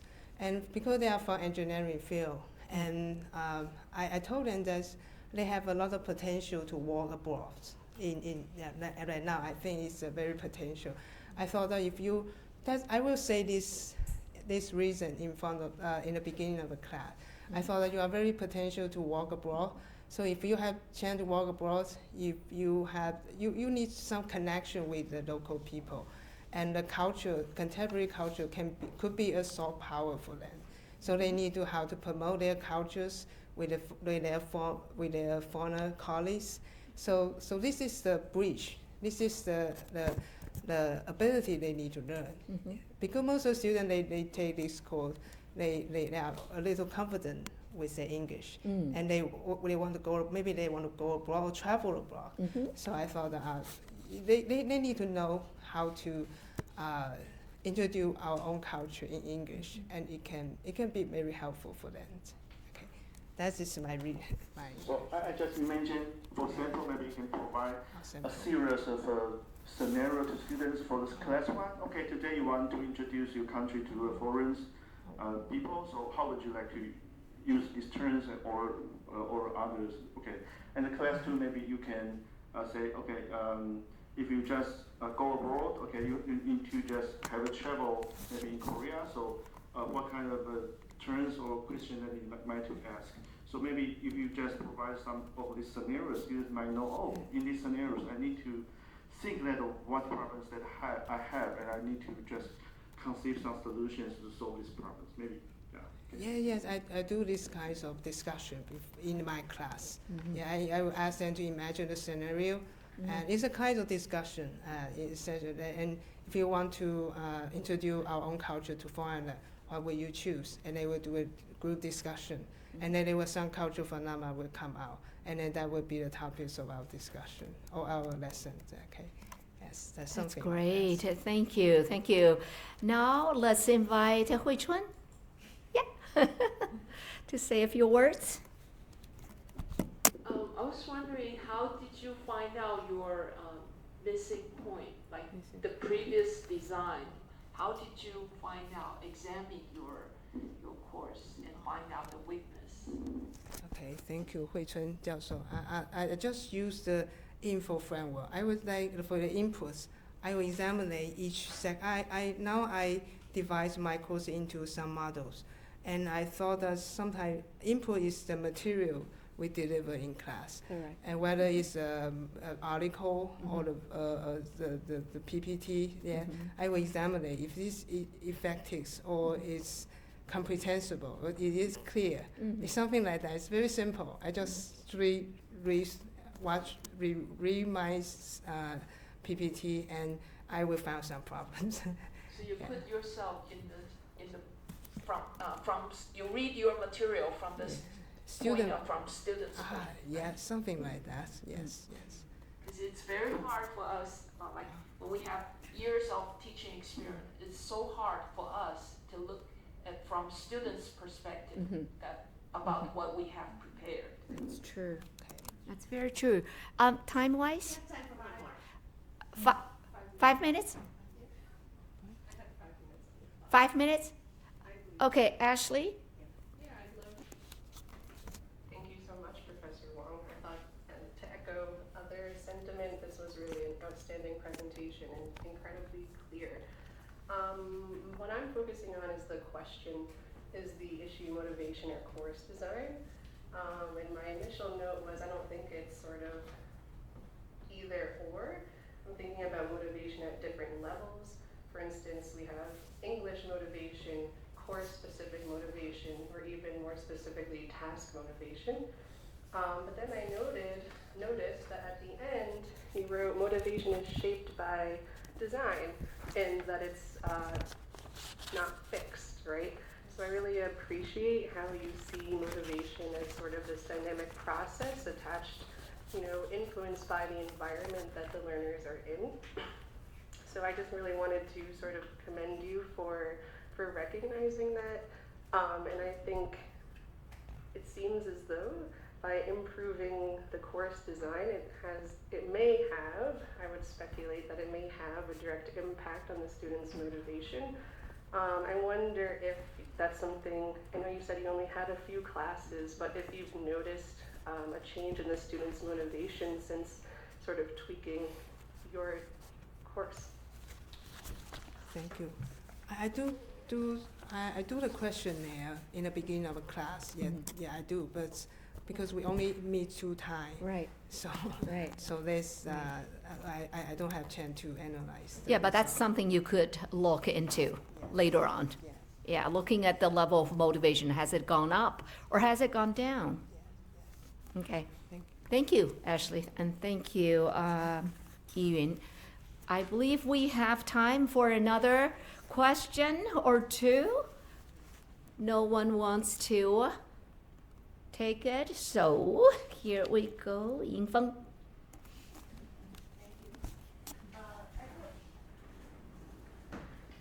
I do like your presentation. Except for that, could you share any problem you face in your study? Any other problem? How do you solve your problem? Thank you. How to solve my problems? Okay, it means the challenges I encountered in class, right? Okay. How to solve this? I think we should continue to. I think every time I finish my class, I will do a reflection myself. Especially EMI course, because only 16 students, so their reaction is very direct. And I really hope, I really don't want them to, after taking my EMI course, and then they don't want to take EMI course in the Anymore. future. Okay, so I will keep do the reflecting task myself, and try something to improve. And I think the student reaction is very direct. We can see if they learn something or they have some inspiration. So I think that's quite the rest. For me, I think continue to learn and continue to change. It's to solve the problem, I guess. Okay. Thank you. Thank you for that comment, and thank you for the response. Yuan. Okay. I like your presentation very much. And I'm looking at your slide number 7, where you have refined course design. Yeah. I like those designs very much. But I'm assuming that compared to the course before, now you will spend a lot more time preparing for the course. Yeah. So can you share with us how much more time you spend because you are changing the way you teach? This is the first question. And then the question is that you have like rotating roles and mini presentation and reflection tasks. Those are wonderful teaching activities or strategies. And where did you get the ideas for what to do to change the way you teach? Yeah. So I think I use AI tool to do a little job. Before I attending the EMI workshop, I didn't use the AI to help my teaching. But now I think yeah, we can do it. And then, yes, and so it can really lower my workloads. And for the mini presentation or reflecting test, I was inspired by the info frameworks, because I know that we should give students more chance to demonstrate what they learn. So yes, we can, just a lot of mini presentation, little one. So it's your ideas based on the info. Yes, yeah, yes, yeah. Her reflections, etc., etc. I know our time is up. Let me just bring everybody's attention to one other beautiful thing she has mentioned in her effort to revamp the way she teaches the course, and that is a feedback. She said, I'm changing my way of giving students a feedback. Instead of just always being very positive, very good, being encouraging, that type of feedback is really useless in a learning environment. You need to provide a feedback that's cognitively oriented. When you just say, if the student has produced something and you say, okay, good, and then move on, you're losing an important opportunity to engage with the student to provide more to the learner. So everybody needs to think about that, because it seems to be a very common practice. You do have activities that engage students in doing things, but once students have done their thing, if the teacher just says, very good, next, there's no feedback. There's no feedback. Because when you say very good, which sounds very good, it's like a massaging, right? Yeah. But what is the learning here? You need to break down what the student has actually done and to take it from there and take that in a new direction. That's where learning takes place. I saw quite a bit of that in Yuling's class, to her credit. Thank you. And now you're thinking as well about how to, make better use of feedback. And feedback isn't just very good. It isn't just giving students encouragement. When students feel they're learning, they're really encouraged. No matter how many times you say very good, excellent, those don't matter. Those don't really help them. Okay? Thank you. One last comment. Yes, of course. I just suggest, of course. This morning the sixth paper is very, very interesting and good. So, and also especially Professor Han, the first presentation is very intriguing to me. So I'm thinking about, can Columbia University keep your Schoology available for us for the rest of the years? So when we finish some part, make modification of our paper, we can upload and share with each other, because our university is going to have a winter retreat. We would like to share this kind of learning with our faculty, so they can English teaching. Yeah, that's a good suggestion. That's a no-brainer. We can certainly make some things available, and you can continue to access those things. I know one of the things that Mike mentioned to me during the field trip was that you guys have already scheduled to meet again to actually reflect on your learning and to talk to each other about your ongoing changes, which is fantastic. So I think making certain things available on Schoology to you would actually help you with that. And one thing we could do potentially is to create a folder where you can all upload your materials or your reflections, things that would benefit other members of the group. Would that be okay? Okay, thank you. So, Sonia, over to you. Thank you. We'd like to sincerely thank all of our presenters for your wonderful and inspiring sharing this morning.